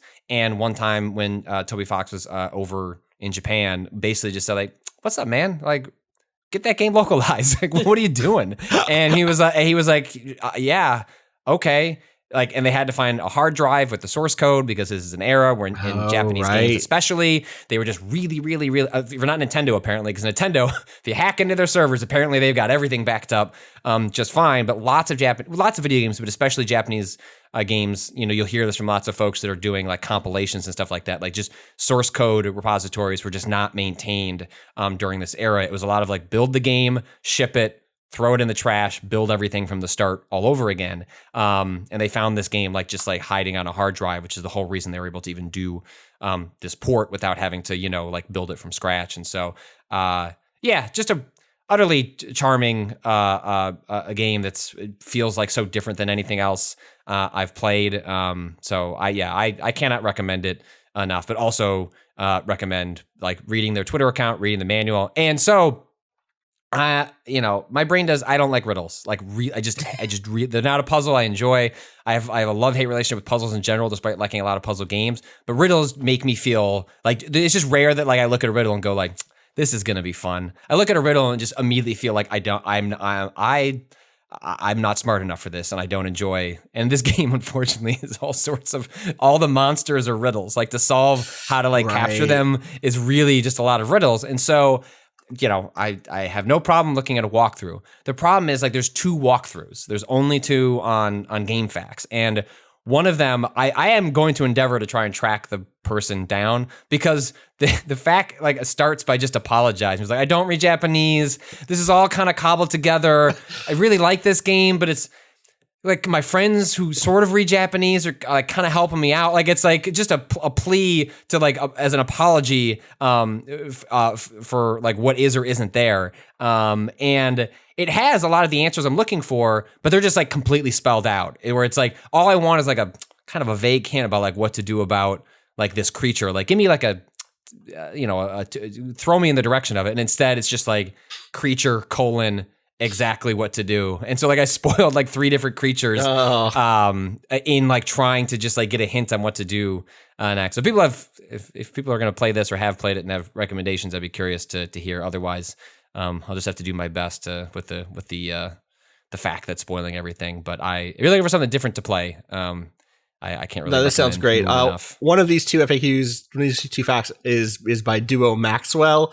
GameFAQs user Duo Maxwell, which is one of the Gundam Wing boys. So shout outs to 1999, which is when this was last updated. And also, yeah, that adds up. That's right. That's about when you would have the username Duo Maxwell on GameFAQs. Incredible. Well, and what I love about having done that is that if you used GameFAQs back in the day, as I did heavily. Yes. You know, often it was hard to catch. Like there wasn't like a rating system for the facts. So the definition, at least this is how like the definition of a good fact. Whichever one has the biggest file size. Yeah, how it's many like, yo, KBs does it got? Is this 600K? That's a lot of fucking text. It. That means that's a good ass fact. Everything so when I looked at these Moon ones, I believe the numbers, you're looking at it now, believe one is 76K and one was 10K. And you know I clicked on that 76K one before I clicked on that 10K one. Oh yeah. One can say at a certain point, it is also covering the infrequently asked questions. One can say that this is the only person in the world who's in interested in the answers to some of these issues. Listen, maybe there's one other person, you're going to connect to them on GameFAQs and create a lifelong friendship. You don't know. GameFAQs is a community, you know? Well, that's often how those facts got, like, there would be like Q&As and things that expanded the file size because like this, I guess GameFAQs probably had message boards at that point in the 90s. Oh, yeah. Like a lot of like community building would happen directly in the FAQ itself. So you would get, this is always true of JRPGs. JRPGs always had the biggest file counts, but like you'd often get like, these long Q&A sessions that would like be buried towards the end as somebody would like work on a FAQ over the course of years. Bring back GameFAQs, I think. It's still there, man. I know, but you know, people now, if And they make a walkthrough, they make a fucking YouTube walkthrough. I remember I believe GameFAQs was bought by CBS when I was at Giant Bomb, and there was I believe the designer at Giant Bomb worked on like the GameFAQs, like our design team was like a big part of like, they bought the editorial, but like they were really interested in like the excellent designers and UI folks that helped sort of define early Giant Bomb, and they were really involved in that early GameFAQs, and they couldn't have picked like, it's probably not who they actually wanted to work on it, because those people were so committed to keeping the soul of like the GameFAQs UI like down to like file counts and things like that, which I'm sure was like not necessarily on like the whiteboard of like GameFAQs 2.0 was like keep the file make count. it look fuck you GameFAQs 2.0 crossed out the 2. yeah, exactly. God, if you didn't grow up in the GameFAQs era, like there's just such a nostalgic feeling about that site, because I think partly because it was such a resource, it became a sort of default place in your daily rotation of websites that you visited while you were playing a game, because you were always I was always there to look something up. I may as well click on boards. I may as well write a review of a game I'm playing. I may as well engage in that space because I'm there for other stuff anyway. And in some ways it was like the watering hole of gaming for me. There were other forums I took place in. There were other communities I was part of, but GameFAQs felt like the default in a real way. Well, and it had boards for each game, which was like that was the defining difference. It was like if you were on like Usenet or other like early message boards. You're on an IRC channel. Like, yeah, they were general purpose, or like a not that specific. It was like, yo, you would find other ones. I just want to talk about that flashing Eris sprite in the church. Right. Can we hack that girl back into the game? And like, if I wanted, 65 pages about that, the Final Fantasy VII board would be that exactly. What a time! What a time to be alive. Well, thank you for reporting on Moon. People can go read your interview, A Game Without Killing, the story of Moon's 22-year journey to leave Japan. It's up on the site now. It's a good interview. Let me hit you with an update to something from last week that I played. I played some more Captain Tsubasa. Subtitle, Rise of New Champions. I beat the Captain Tsubasa campaign, and I'm now in the new hero campaign. The like just Captain Tsubasa. What does that mean? What happened at the end? I will tell you. I'm going to tell you a little bit. I'm not going to spoil everything. So this is the first time I've played a video game. We might have to do a separate podcast where like post pod, like, let's spoil this sports story. I need to know. Yeah. Well, I mean, you fucking know what happens. You win. Like, I mean, that's the story. What do you mean? Like, but the thing about it is, this is the first time I played a game that really captures the feeling of an anime tournament arc. Which if you've watched, shonen anime does this thing, and not just shonen anime, but mostly shonen, which means like boys' adventure stories is kind of like the broad thing there, and that includes everything from Dragon Ball Z to Pokemon, right? Like there's a and those are different, but they're also very similar in lots of ways, right? And so the classic thing in these stories is you go to a tournament. You're teed up against a bunch of different enemies or different opponents. Each one has their own story going on, or at least many of them have their own stories going on, their own arcs. You learn about the secondary characters. You learn about your like this week or this mini arc's rival or antagonist, and their stuff wraps up. And the hero progresses, or some hero progresses further into the tournament. And eventually they face off against their big rival or this current arc's big antagonist. And then you get, your conclusion. This game, one, understands that it has to break away from Tsubasa's perspective, like regularly, in order to invoke the tournament arc feel. Which means the cutscenes in between competitions aren't just following you and your crew. They will cut away to give you information about the next team that you're playing, what their motivations are. We talked a little bit about, like, in the last episode, the characters who were like your childhood team that you had to play against again. I'll spoil one of these because it ties into the second campaign that I started playing. There's one that is, there's a team from the like north end of Japan where it's cold. You learn that they practice in the snow. You learn that they are just like, and they're just like regular guys. That's like their vibe is, we don't have a superstar. We have one guy who's almost as good as Tsubasa, but he didn't like grow up with a soccer ball in his hands. He wasn't hit by a truck and turned into a magic soccer god. He just worked really hard. And they're like a mirror of your main team in some ways, in that they have like the same sort of people, the same style of like tropes in their setup. And one of those is that they have like a team assistant / manager who is this girl who is sort of like your characters or your team's like, assistant manager girl. And their arc is so heartbreaking. I'm going to spoil this one arc. There's like 6 or 7 of these in the campaign, so I don't feel too bad about spoiling it, but jump ahead a few minutes if you don't want to hear anything about any of these Tsubasa things. Let's go. They're the team from the north, and the setup for them is they've worked really hard. They've advanced further than anyone thought they would, because they don't have like the big gimmick. They don't have like the tag team pair of acrobatic strikers that could do wild jumps off the goalpost. They don't have like the bully who beats the shit out of the people who play against him. He's just kind of good, and the rest of the team is just kind of good, and they just worked really hard. And in the cutscenes before the match, you find out that the assistant, who has a big crush on the kind of the captain of this team, is leaving for America once they get knocked out of the tournament. Like, she got a letter from her parents that was like, we're leaving the second the tournament's over. Like, your dad has this job. We've already delayed as much as we could. We have to go. And they eventually get into the semifinals against you. And before the match, she makes them all headbands with their names and numbers like embroidered into the headbands. There's a long speech about how they've all been playing together their whole lives, and this is the last match they're ever going to play together. If they lose, this is the last match we'll ever play together. And it's like Rob's covered his face. It's Rob. They go around the room with these characters you've never met before, and it's like, it's like, June, you're going to go off and join your dad's machine shop, and Toshi, you're going to go be a farmer, and I'm going to go to college, and this is the last time. If we lose here, this is the last time we're going to play together. Let's go out there. Let's win this. Let's win the next one, and we can go out on top. You'll always be my family for the rest of my life, but you know how these things go. We all go our separate ways. And the manager hasn't told anyone that she's leaving after they lose yet.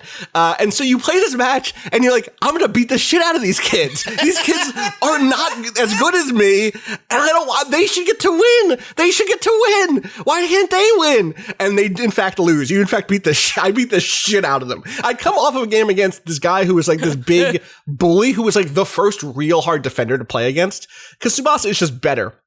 And in that game, the bully targets your fucking arm like it's a wrestling match. Like, he's like, I'm going to keep hitting Tsubasa in the arm. His arm is fucked up. Also, timeout. There is also an arc of this that is the most like toxic sports thing of Tsubasa gets hurt during this tournament and just plays through it, and the doctor keeps being like, you can't play through it anymore, and his mom shows up to be like, no, if my son wants to play soccer hurt, you're gonna let him play soccer hurt. No one's gonna stop him. It's rough. It's called grit, Austin. It is called grit. There's a bit where someone kicks a soccer ball at him. Chronic injuries. There's a bit where worked out for RG3. His jersey rips to reveal the bandages beneath the thing, and you can see it's been taped up and retaped up so many times, and the whole team, he'd been hiding it from the team, and everyone's like, oh my god, you're way more hurt than we thought you were. It's great. Anyway, you beat the shit out of this team of really nice people, and they're like, I guess that's it. We tried our best. We went up against the best there is. What are you gonna do? Hey, where's our assistant? And she's gone, and they're like, oh, you didn't know she left to go to the airport from the arena. Irish goodbye her team? 100%. And so the captain is like, no. And he he takes the headband off. He looks at the headband, and there's 3 words written there. What are the 3 words? I love you. I love you. And he's like, I have to, where is she? She's at the airport. He goes to the airport. He gets a ride. Everyone's like, we're broke. We're children. We can't afford a car to the airport. But someone from the association drives to the airport. They meet each other and they have a final conclusion. She does have to leave still, but he is like, I'm going to, like, we're going to stay in touch. We're not going to lose track of each other. He does all that. And I'm like, that's not going to happen. There's no fucking way. No. I finished the campaign. Cut to me starting Rise of New Champions. Okay, so what's the deal with this mode? And that mode starts with some weird international soccer fallout. There was supposed to be a tournament in Europe. I think Germany or France was mad that they didn't get invited to the tournament. And something happened. I'm not clear on the details. It was late at night when I was playing and I may have missed something. But that tournament gets canceled and a new tournament gets thrown together that's set in America. This is the premise of this mode. You create a new character with their honestly pretty fucking good character creator. I get to make a black character in this game that had like good hair, which is not what I expected from this game. And then you join one of the rival teams that you went up against in the main mode, and you get to decide what your position is. You get to decide like where you're filling in the gap, basically. So I chose that northern team who I wanted, or whatever. Right, exactly. And so I got to choose that team. And now we're competing to be on the Japanese team to go to America and play. And I'm gonna fucking do it. I'm gonna bring those two lovebirds back together, motherfucker. The end. There's a whole cutscene. It's like, we thought we played our last game together, but this special tournament keeps us together for one more month. So it's like, I left that main campaign mode being like, I'm so sad these kids are done hanging out and playing soccer together. And I get to be the one who walks in the door. You know, it's one of those things where one kid is like, I told my dad I'd go work on the farm this summer. I wish I could stay with you guys, but I can't do it. I'm like, ugh, if we don't have another player, we can't play. And and they're like, wait a second, what about that first year? That first year's pretty good. We should try out that first year. Yeah, Doom, come on the field. It's the Austin Walker OC. Yeah, exactly. It's me. Argyle is here, throws the door open, turns out I'm the best dribbler they've ever seen.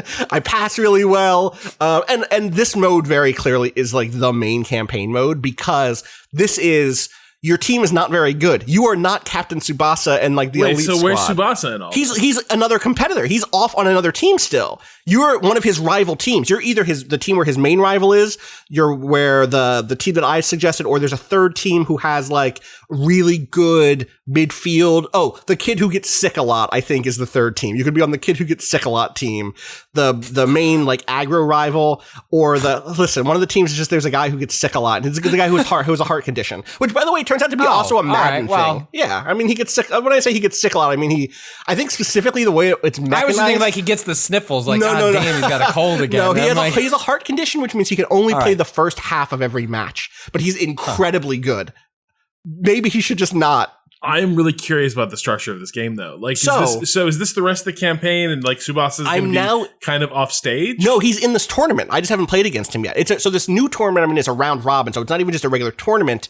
And this is where it's not the tournament arc in that same way. You are just getting match after match a little bit more here. You are getting like a briefing on each team, but like you're just trying to score well in this round robin. And you're leveling up your stats, you're leveling up your team stats, you're getting items to use to like boost your stats into the next match. You're getting closer relationships with other players, both on your team and opposing teams. And that supposedly unlocks events, but I haven't seen one of those yet. That's also how you learn new maneuvers and new tricks and new passive abilities and stuff too. And that stuff's going up as I play matches, which is so much more of an RPG than I thought it would be. The fact that you're basically like, all right, these are the people in this tournament who I want to like chill with in my downtime and pick up some moves from. Again, I haven't seen that actually play off as cutscenes, but it says that once you reach certain relationship things, you'll basically get either mini quests or events with the people you've leveled up your relationship stat with. So I'm gonna keep investigating, but I just love that the main campaign left me with this hole in my heart, and then, or like the Tsubasa campaign left me with this hole in my heart, but then the new hero campaign was like, you know who can fill that hole in your heart? You can fill that hole in your heart. I was not expecting that, and I'm very happy with it, and the game continues to be. Also, Rob, last week you asked, can you just score a goal without taking the goalkeeper's like health all the way down? And I found out that yes, you totally can. You just really have to maneuver the goalkeeper out of position and get a really good shot on goal. So it's possible. It's just hard. So that's my Tsubasa update. I really still like that game quite a bit. I'm going to keep plucking at it. It's cool to have kind of a low key sports game that you can just kind of, it has such a good vibe, and that vibe comes from the combination of it being a lighthearted anime and also taking sports a little more serious, understanding that sports don't stop on the field. Sports exist outside, and the relationships and injuries and stuff do exist, and they're not something you can there's something that's part of the drama of sports, and it's so rare that a franchise mode in a sports game does that. I know, obviously, Madden and FIFA all have story modes now, and in fact, I think in Madden 21, one of the characters literally has a heart condition in that game, so it's not like they don't do anything. But I think all of that stuff is in the high school or college phase. Once you get into this is the NFL, you don't get to talk about that shit anymore so much. You got to protect the brand, and that's a shame. Whereas here, there's no brand to protect. Soccer is just as a medium for stories. So it's week 2 for me and Captain Tsubasa. There will probably be a week 3. Who else has gotten up stuff? Let's climbing the charts of games I'm intrigued by. I'm digging it, man. For sure. We should see if we have another code kicking around, because if we do, I'm gonna imagine there's not a ton of Western press covering this game. I'm pretty sure Namco would be happy to indulge Rob's soccer fantasies. So I've been playing Control AWE. Okay. Published my thoughts on it today on the website. I was thinking maybe we could talk about it, but I suspect I'm not going to be the only person who plays it. So you think we should save it? Yeah, I'll play it this week if you want. Same. If we want to table it, can I get Thursday? Broad thoughts? Yeah, give us a high level. Yeah, you wrote a review basically, so yeah. So there's a couple things that jump out at me. One is that this is not oh shit, Alan Wake has entered the franchise and is a major character. It's very much still it doesn't drop you into Bright Falls. No, and more than that, just tonally, it's these characters inhabit separate worlds. This is almost like a ships passing in the night type expansion. Okay. The two stories tangentially touch on each other, but basically it feels like this Control DLC is just a catalytic event for whatever is the next Alan Wake adventure. And so it's not nothing in there is damn, now the Federal Bureau of Control under Jesse Faden is really going to get to the bottom of the fate of Alan Wake. Okay. Alan Wake's fate remains kind of Alan Wake's problem. At the end of this expansion, we just get an update about the nature of that ending to Alan Wake. And let me tell you, it is worse than you might think. The ambiguity of I'm not sure that's a good ending. It is in fact not a very good ending for Alan Wake or any of the people that he went through that for. The other thing that's kind of cool is the main thing this expansion is doing is it is throwing out almost prompts for new Control adventures. It is throwing out a lot of threads where it's this could lead to really interesting stories down the line.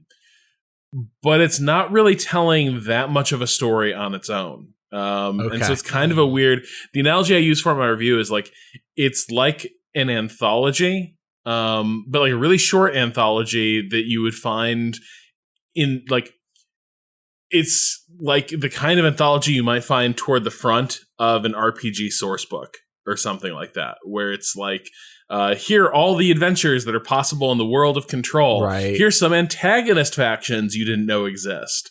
But in terms of what happens in the story, it's mostly Jesse learns a bunch of these things exist.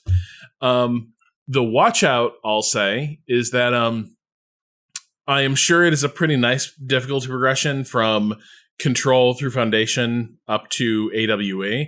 But if you've been not playing Control for a couple months, AWE is I sure hope you remember to crowd control impeccably and mix up your special abilities and weapon selection to just keep from getting hammered by waves of enemies. Make DLCs that come out a year after the game's release. Just put in a little hey, what's up? You want to go to this arena for 5 minutes and just have us walk you through the gameplay? Please. You know the little suicide bomber enemies in this? The little floaty guys who float up and explode in your face? Yeah. get ready to fight 1 billion of those things while you're trying to deal with like boss characters and such. So that's the thing is like there's a lot of cool stuff here. There's also a lot of this is advanced control studies. And if you're rusty, it's kind of aggravating. And their encounter design is very much like, what if we just do 3 waves of that, of escalating difficulty? And if you fail it, you re-rack the whole encounter. Well, there was a little too much of that in the original game to begin with. I know that they actually just put out a patch for the base game where they were like, you guys want like twice as many checkpoints and also checkpoints that are near a boss so you don't have to do a Dark Souls run to get back to a boss. They finally added some of that stuff to the game, which now is probably a good time if you haven't played Control, like to even just play the base game. Like it's fun, like you can do it, but there were pain points in the original design structure that I'm glad have been ironed out a little bit. But it sounds like you'll be better off if you're playing from scratch and then getting to that end game as opposed to me, who's probably just gonna probably have to face the same encounter 12 times until I figure it out. Yeah, it's not so bad. Like it comes back. Whatever your go-to strategies are, they will still work. You'll get back to them real quickly. Finding a shield power up that might be crucial to playing the video game. Yeah, I used my levitation. Did you find that? Did you find it the second time around? Yeah, of course. Okay. Good. I'm surprised I missed it. It's like right there. I just refused to go down a hallway, basically. I was like, nah, I'll get it later. And I never did. Now I'm fully spec'd out. I've got everything that I could possibly want. But no, it's it's more cool control stuff. Also, if you like the character of Langston, and I did, some real good like Langston content. He's kind of the voice in your ear for this expansion. But at the same time, I kind of finished it, and it's like this with every subplot. Every single subplot in this DLC, it feels like it's starting to get good, and then it's like, well, that was it. Hope you enjoyed. And it's always like, oh, but we were just getting to the really good part, and they're like, no, that was the whole thing. Roll credits. Incredible. Well, I hope. Go ahead. I just had a quick question, like mechanically. I was wondering whether or not it's separated from the Foundation in that they don't use those power. There's like a specific power from Foundation. Do you see that crop up, or is it just like you can play that on its own?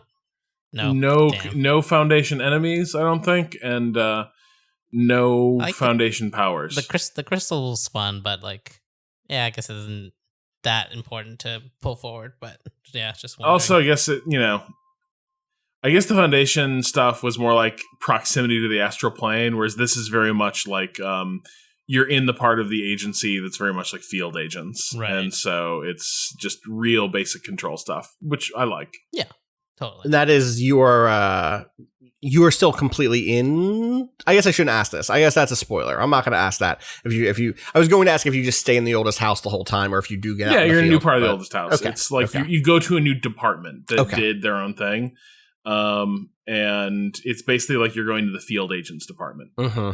Okay, that makes sense. Cool. Well, thank you for the update on that. I feel like there was one other thing we wanted to touch today, but now I'm not finding it, and that's worrying. I feel like something's been erased from my brain, and that's strange. I feel like I've been some sort of weird control thing has hit me, and now I'm lost. We didn't talk last week. I don't think Halo Infinite's coming out anytime soon. I'll tell you that much. Oh, why? Because they, was it Joe Staten? Oh, they brought in right. Do you want to set that up? OG, like, one of the original kind of like world builders for Halo 1 through 3. One of the lead writers at Bungie that was like, critical in developing that world and those characters. Stayed with Bungie through, helped, was cracked to the universe that was originally for Destiny, and then famously, or I guess infamously, depending on your perspective, not long before the game was finished, they kind of like stripped out a lot of that stuff and kept elements of it, but went in a different direction. Like the whole story has not been told. He was the guy who had the good stuff in Destiny, right? That like you can still find traces of. Isn't the theory that like a lot of the good lore is him, and it was stuffed into cards, and the stuff that remained in the game I don't know if that maybe be being sacrilege. Like that game's development was really messy early on, but he left Bungie when all of that happened, when it seemed like there was some sort of like Bungie was like, we're good without a bunch of this stuff and we're going to go in a different direction. And he went to Microsoft, and I think it was just like a kind of in a producing capacity, was working on a bunch of different things there. And then, late last week, they announced that he is going to come in and be in like a senior leadership role, like a top of the line person overseeing Halo Infinite, which, there are folks like Rod Ferguson who have a reputation as like a closer, like someone you bring in to like have a mismanaged project packaged together and get out the door, which is maybe like ominous that he went to like Diablo 4 when they were saying like, we're not coming out for another 3 years. And it's like, or maybe that's good. Maybe you bring in that guy early to oversee that project. But I don't know that, this is necessarily the role in Halo Infinite, which this is like uninformed. Don't write any headlines about this, but it just strikes me as you don't make that kind of change if the game's coming out in March, right? Like that feels like, maybe I'm wrong. And maybe his work will be more long tail. It's like, and they're just going to try and get the game into, shipping position. But I guess I wouldn't be surprised also if suddenly they announced early next year, you know what, we're really just going to give this guy this game the time it fully needs to cook, and we'll see you in, holiday 2021. But yeah, right. Interesting choice, all told. Yeah. I remember the other news thing that I wanted to hit before we wrap up. Go. Y'all see this intro to Elite Squad? Oh, this Ubisoft. Christ. Oh, this is breaking on Friday evening. Yeah, we didn't get to cover it at the time, but it's worth shaking my head about verbally here. Yeah. Ubisoft had announced a few months ago, or maybe it was last year, but I think it was at their event, I think at the beginning of the summer, a sort of Tom Clancy crossover mobile game called Elite Squad. And I don't know if that's out or if the intro just dropped, but boy, the premise of this game is that the world is in chaos, which, okay, so far so good. There's a lot of corruption. There's a lot of, inequity. And a group has raised to confront it, and they are called Umbra. And they want to, quote unquote, build a new world order. And they are promoting, or at least they are claiming to promote, quote, an egalitarian utopia to gain popular support. And as this intro is happening, and you know where this is going, it turns out actually they're the baddies. A lot of raised black fist iconography is up on the screen. You learn that they are actually manipulating things to make things worse. They're staging terrorist attacks just at the same time that they're funding protests. They hijacked social media to discredit world leaders, quote unquote, and rally people to their cause. And so what the Clansverse has decided to do to stop them is create an extrajudicial kill force comprised of all of the various extrajudicial kill forces that already exist in the Clancyverse, including Rainbow Six, Ghost Recon, Splinter Cell, all the division. If only there was an international Chicago police. Yeah, who also literally incorporate the drug cartel. The bad guys from Ghost Recon are also part of this international organization. That's right, because they have to work outside the law. They have to find people who don't. Right. Yeah. When I say extrajudicial, I literally mean it. That's not me being interpretive. The premise of this game is we need to disregard the law to stop. It's, you know what it is? It's amazing. They anticipated that really bad Andrew Sullivan piece and said, it turns out we need to be fascists. Which one? Yeah, which fucking one? Good point. It sucks, man. And so they've since apologized. They can't. Ubisoft. No, they didn't. No. They didn't. You can't unring this bell. They're like, the fifth premise. was a bad choice. That's exactly it. The premise is a bad choice. The premise is the thing. Yes, they've come out and said, we'll remove the fist, but that's not the fist. The fist is honest. This is what you're saying. Yeah. You are saying that Black Lives Matter and associated left movements are actually an evil conspiracy, or at least that's the premise of the game. Is what if they were? I'm just asking questions over here. What if we could have people go kill people on behalf of regular folks? Well, listen, It just happened, y'all. This is a thing people believe is happening that has resulted in protesters being shot to death last week. You gotta just, you have to not just read the room, you have to do better.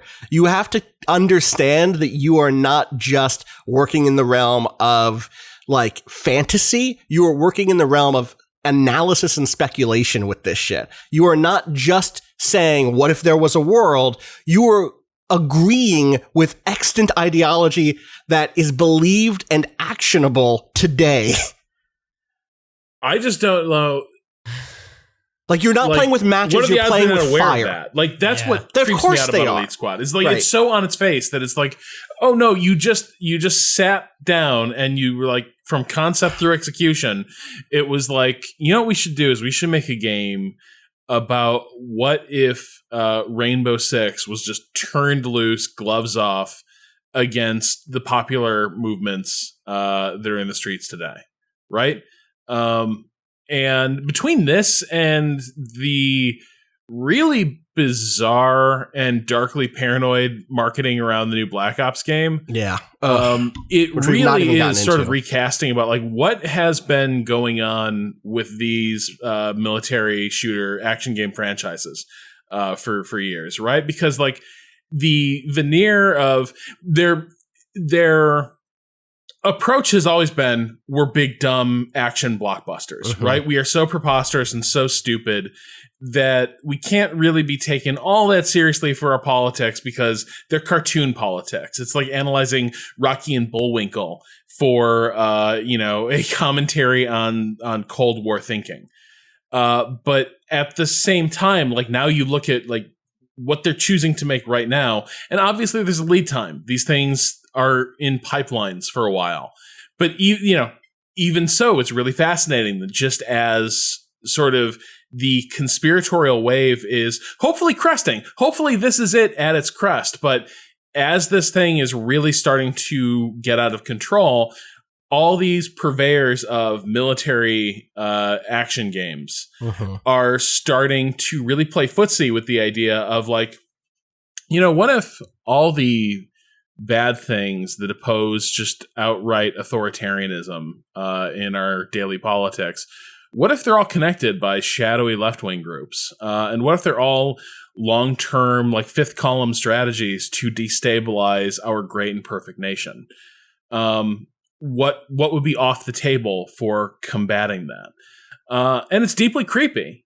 And it's also revealing that like in Elite Squad, there's not even an intimation of like, well, what is it we're protecting, right? There's not even an argument of like, look, here is the flawed system that we believe in, and here's why we stand by it and why we can't let people just tear it down. Yeah. Not even a need for a counter argument.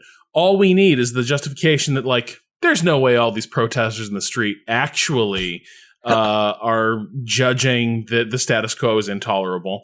They must be put up to it. And the only way to stop them is to turn drug cartel like warlords against them. Right. That's grotesque. And then role playing it on your Twitter feeds. I don't know if y'all saw that thread, but like all of the different accounts. Did you see this? Did you know? No. Oh my God. All of the different like Rainbow Six accounts and the Ghost Recon account and like a Sorkinverse thing. Yeah. They all talk to each other in character. They were like, I need backup. And the Rainbow Six account was like, Rainbow Six is ready to take on terrorists anywhere in the world. And like, it's the most like branded, just like smelling your own farts bullshit. I think a lot about, there was a piece that Heather Alexandra wrote for Giant Bomb back when I was still there and doing I guess maybe this was after, this would have been right, but this was like right at the end of my Giant Bomb tenure, I guess. She wrote about this specific fantasy in a piece called Turning in the Badge. It's worth digging that up. She writes, what makes Mass Effect Mass Effect's Commander Shepard such a dangerous enemy to have isn't her combat prowess, her cadre of companions, or the knowledge she's gleaned from an ancient alien beacon. It's the fact that she functionally has free reign to do whatever it takes to get her job done. There are other crack soldiers in the galaxy, other great scientists, but they can't take a cutting-edge starship and a sniper rifle and decide to make things right. Commander Shepard exists outside of the law because that's one of the ways you make a character magical. You free them from the obligation to pre-existing mores. You let them kick in the door, blow away the bad guys, and no matter how vicious they become, never take away their authority. Games go out of their way to anoint me with exceptional jurisdiction while going to great lengths to assure me that the power I wield is rightly invested and granted. Very rarely am I asked to wrestle with the grand powers that I've been given in a significant way. Exceptions exist and include the examinations of power found in Dragon Age Inquisition's judgment scenes, the endless management of the Phantom Pain's mother base, and the good cop bad cop pull of sleeping dogs. I don't think it's a coincidence that that this technique sees a lot of use in the 21st century media. It's a natural reaction to fears of terrorism and other nebulous evils. It's an understandable anxiety that arrives across political leanings. Could something have been done before tragedy struck? Could I or someone else be doing something now before it strikes again? And so to combat enemies that don't follow particular moral codes, we look to heroes who are similarly unbound. However, the paths these heroes walk aren't as black and white as games lead us to believe. Nothing is ever that simple. That specific thing that happens of like again and again in games, you get to be the solution is part of a broader technique and ideology of individualism that again has shifted from the sort of background radiation of like conservatism in this country or in the world. That idea of like everything from pulling yourself up to your bootstraps to saying that when something bad happens, it's because one person has done something bad. This is the common response to a shooting is like, oh, well, you can't stop this. There will always be bad people. That's the same ideology of there being an exceptional individual in the sense that there's this person is an exception to the rule of the norm. Right. But in the last, few years, I don't know how much more it could become clear that same ideology is toxic in this active way that produces people who want to be the rule breaker to reinforce the rules. That is like core to Trumpism. That is the like core to, and it's a sort of twisted utilitarianism, right? It's by any means necessary. And those means include shooting people you believe are leftists in the street, running a car through a crowd of protesters, electing someone who is going to put people, in worse conditions than they've even been in before. And that stuff is, it's so hostile to so many people that to also make it our core fantasy in games is, I think, increasingly dangerous, and to some degree, this is why I was so bought in, or not bought in, but so optimistic, so interested in the idea that Ubisoft, the purveyor of these games, of this fantasy, was also going to make the game without a protagonist in Watch Dogs 3, which I now have so little faith in because of the last year of Ubisoft stuff and Rob's preview of the game. And it's just, I don't know how to tackle or struggle with this thing because it's everywhere in this space. I don't know this specific thing you can target and say, well, okay, this is clearly over the line, but this specific thing is also the end of a long running logic that produces this sort of thing eventually. You know what I mean? And the fictional framings for these stories never mitigate the real world, like allegories that they're playing around with. Mm-hmm. So like, for instance, let's go back to the 2000s version of this, which is the Jack Bauer. I was going to say the 24. Yeah. And the thing that made so within the fiction of 24, Jack Bauer was a character who, whatever he did, like the politics of the show were toxic, but whatever he did, he was doing on his own recognizance. Like he would face the consequences. He would break the laws. And it was like, Jack, you're out of control. Jack, there's yet another warrant out for your arrest to stop you doing whatever you're doing. And he's like, no, damn it. I'm the only one who can stop, the nuclear attack from happening. Whatever. But the fantasies these things feed don't imagine truly individual actors like being the person who steps up and prevents injustice. And that's not the vision of heroism they want. What they really lust after is the imposition of power and authority on people they deem as the enemy. And that people who wield that power and authority should, in every sense, be shielded and respected and revered from the consequences of utilizing or misusing that power and authority. And so you don't have the notion of like you don't have the argument that people sleep soundly in their beds because there are rough men ready to do violence on their behalf.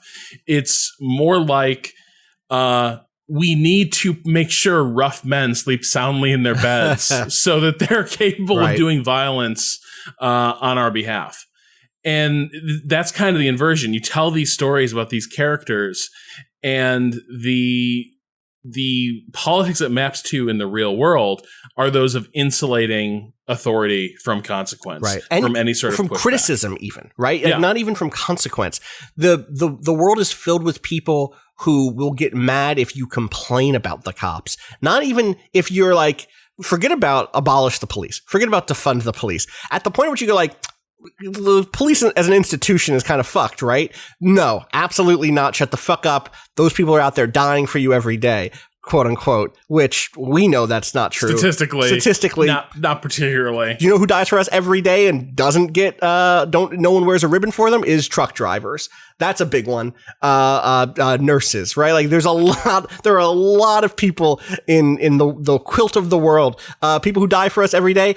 People who are working in cobalt mines. Those are the people who die for people here in America every day and who no one fucking talks about, right?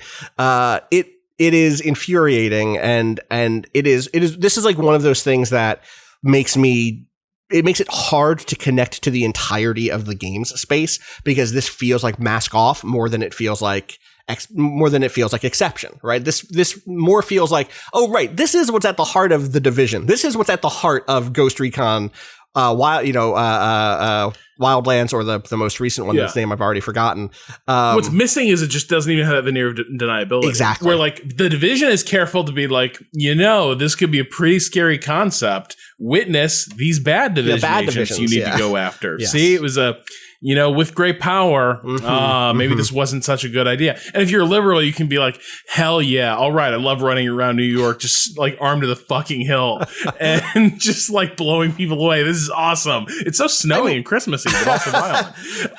Even the Division 2 especially even has the like, oh, this is about building a community in the face of crisis. Look, I'm saving this. How can you complain about saving this little girl and bringing her back and hooking up a video game for her to play with? Right? Like, but it's equivalent of that little fucker cleaning graffiti in Kenosha. Right. Where it's like, would a bad person clean graffiti? And it's like, yes, because bad people care about graffiti. Yeah.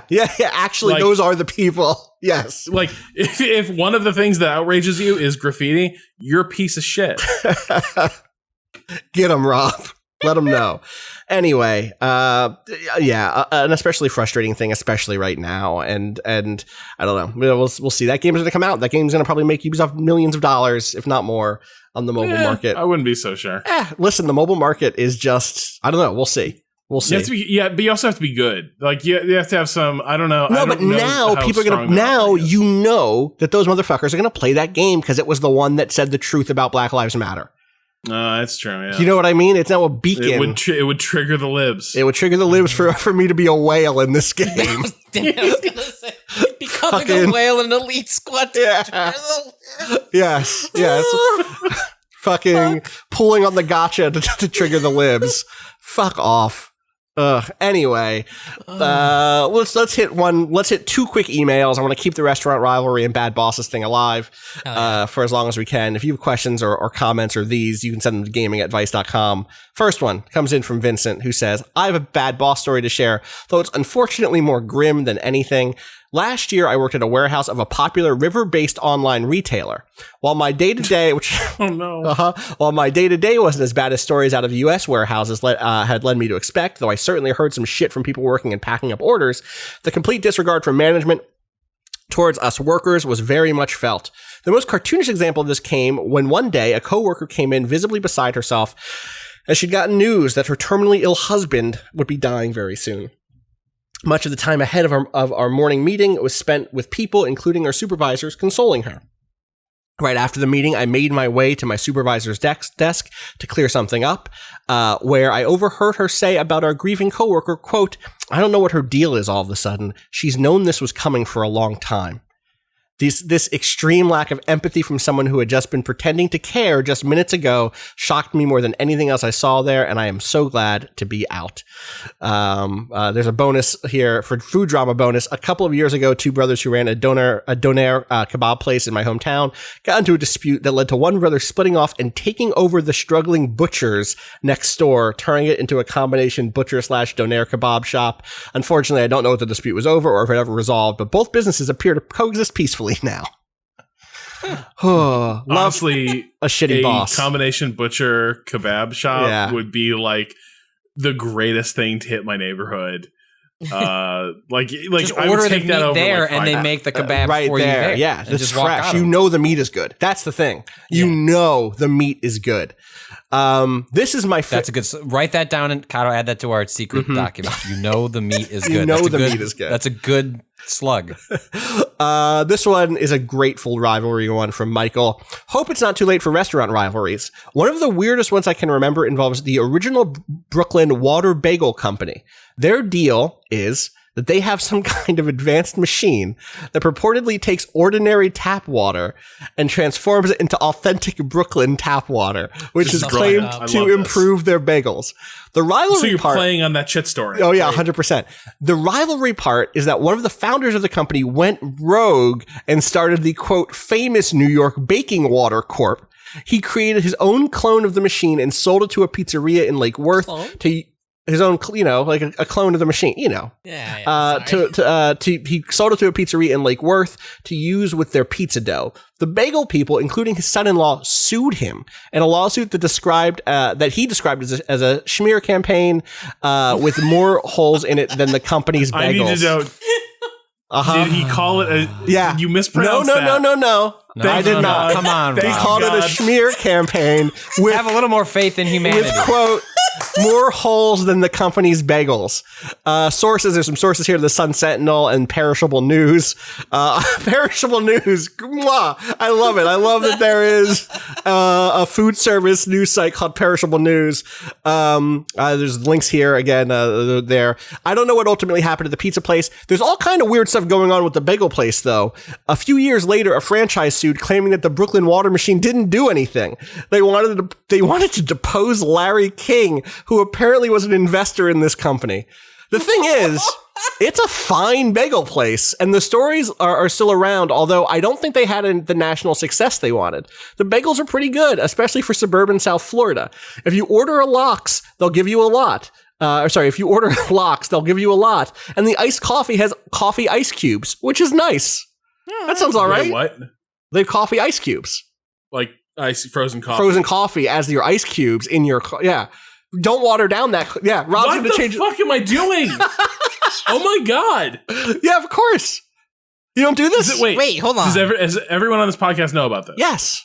No. This is a classic thing. You make it, okay, you use one of your ice cube trays, you put iced coffee in it, you freeze it, and then you don't water down your iced coffee. I just make a concentrate so that it needs to be watered down. Sure, that's also possible. You could also just do that. But you fix it at the top end of the bottom, then you don't get the ice swirling around. You know what I mean? You get that nice, I just did order some extra ice cube trays. There you go. I'm like, I decided I couldn't do with the fridge door ice cubes anymore. Done with that life. Yeah. Gonna get some proper cubes, but I didn't like the ones I got, so I got different ice cube trays. Anyway, point is, I'm now going to have many, many ice cube trays. I like that everything about Rob's life it's amazing. Extends even to the ice cube trays. Like, I just imagine in a corner of your house, just an increasing stat. It's like, rather than like returning them, just like, no. We'll just get more of them. Trays. I'll come up with a plan. There'll be something I can use these ice cream trays. And now there is. I have one more email here that's nothing to do with anything we've talked about before, but is a travesty that we should address. Craig writes, are remakes/director's cuts going too far? Dear Waypoint crew, Sylvester Stallone said he wants to remove Paulie's robot from the director's cut of Rocky IV. Okay, Dan. This would be like removing the baffling mission design and checkpoints from Mafia. We need a change.org petition to save Polly's robot. Someone has to talk some sense into Sly. Thank you for all you do. Please help save the cinematic robot. Craig from Philly. People who didn't see, Sylvester Stallone on Instagram messaged for the 35th anniversary of Rocky IV is getting a new director's cut by me. So far, it looks great. Soulful. Thank you, MGM, for this opportunity to entertain. And someone replied, don't cut the robot. And Sly said, I don't like the robot anymore. And then I haven't seen Rocky IV, so the presence of this robot came as a it's incredible surprise to me. I was like, "What?" I need to track down a copy of this before they vault it. Wow, cool. Does it expand on the relationship between Paulie and his robot? And Sylvester Stallone responded, "The robot is going to the junkyard forever. No more robot." Well, you know what? Okay, this is what people need to do. You need to get in the gram. Yeah. Go to his page. Yes. Just keep at. I don't care. This is the hashtag skate 4. I think flooding his gram with robot questions, it can't make it any worse. Like he's not going to suddenly go, now I'm really deleting it. He's already seemed to have committed to that. So I think we just need to, people just need to get in there, ask about that robot, even just ask like genuine questions about the robot. You don't have to be a jerk about it. One of my, a friend of mine, when they launched the Periscope app for Apple TV, I don't know if I told this story before. No. I can't. But anyway, it was years ago at this point. We would load it, and you could like arrange the streams that you were watching based on view count. So we would load the ones that had nothing in there. And one of the most common Periscope streams was just like a dude in his garage, usually hitting a bong, just like chilling, just like staring at his screen. And we would log in, so we'd have it running on the Apple TV, and then we'd both have our phones with the app, and we would log in and be like the only two people in this chat, and just ask genuine questions about his garage. And it was like people found it like very off-putting. It was like we're not like being weird. I mean, we're being weird, but it was just asked like, why'd you choose that shelving unit? And sometimes I actually got some good feedback and added to my own garage information. But what I'm saying is, come at it from a different angle. Right. Like, don't be aggressive. Just ask genuine questions about the robot. So whatever happened to the robot, through that, yeah. Like, how did that get into the original script? Right, right. Did someone on the staff really love the robot? Were you trying to be futuristic? Where'd the design come from? Yeah, you were always such a grounded writer and director with such a sense of like daily American life, dating back to Rocky I, of course. I am curious how that vision evolved to include Paulie's birthday robot. Paulie's birthday robot. I love the robot so much. I just love. I've never seen this scene. I've never watched that movie. Oh my God. Like for me, Rocky ends with Mr. T. Boom, done. You're done. That's it. Yeah, the thing about Clubber Lang, there's no one's gonna be better. You know, that's not even okay. Yeah. Okay. That's fair. You're right. That's not even the one I think people even think about anymore, though. I think, which is weird because it's actually it's like just a really solid Rocky movie. It is. It totally is. Anyway, this robot is incredible. The robot's incredible. Is this not the most RoboCop fucking thing? It's so fucking good. Yeah, this thing is gonna pull out a gun and just mow everyone in this room down. The targeting light, we got on Paulie. Yeah. Paulie is like in this thing's fucking crosshairs. Yeah, it's true. The Paulie, of course, says, I wanted a sports car, not no walking trash can. I love it. Listen, it's the 80s. You got to get a robot. Does he fall in love with this robot? I don't think he falls in love with the robot. No. The after that video finished playing for me, the next video in line was Paulie and his robot at the love of his life. Okay, well, I feel like that's just people, reading into the. Yeah, that's just ask. You know what? There you go. Get on the gram and ask. What's going on? What's going on? Is there a little bit of is there a little like love connection happening? What's going on? The point is, save the robot, please. Just Sylvester Stallone saying, I don't like the robot anymore is the funniest sentence I've ever heard. Just you can hear it. You can hear it in his voice. Ugh. Yeah. Anyway, save the robot from Rocky IV. You can send those emails to Sylvester Stallone, not to us. That's going to do it for us today. We'll be back later this week with more. I think there's some more embargoes dropping this week, so we'll have more stuff to talk about by the end of the week.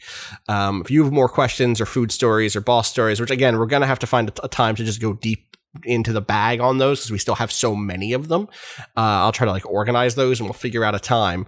Gaming@vice.com is the email to send those in. Use the subject question so that I see it. As always, you can follow us all on Twitter, twitter.com/waypoint, waypoint.vice.com. Follow me, twitter.com/Austin_Walker. Where can people find you, Rob? At Rob Zachney. Kato. At A_Kato_appears. And Patrick. At Patrick Klopik. I just saw a piece of dialogue from Moon that I had not seen before that includes a character declaring themselves to be God. And then saying the phrase, "Excuse me, God's coming through. God's walking here." And that's extremely powerful to me. Yes. Yeah. I love it. I have to play this game. This game seems great. Yeah. All right. As always, you know what it is. This week, as all other weeks, fuck capitalism. Go home.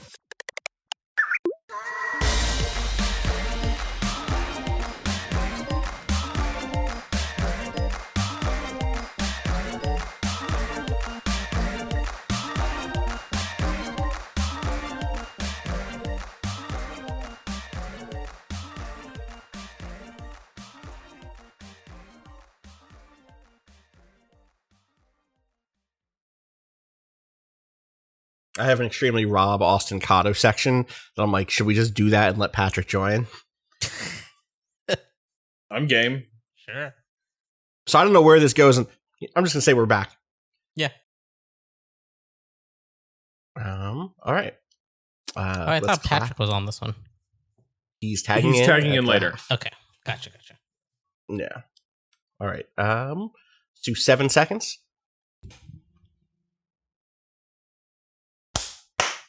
Clap. Okay. Did you miss the clap, Kato? It's fine. I don't need it. Okay. Don't worry about it. It'll be fine. I believe you. Well, I'm just going to believe you and just say that I believe you. This is 340, right? No, 341. Oh, right. 340 was Friday, right? Yeah. Okay. All right.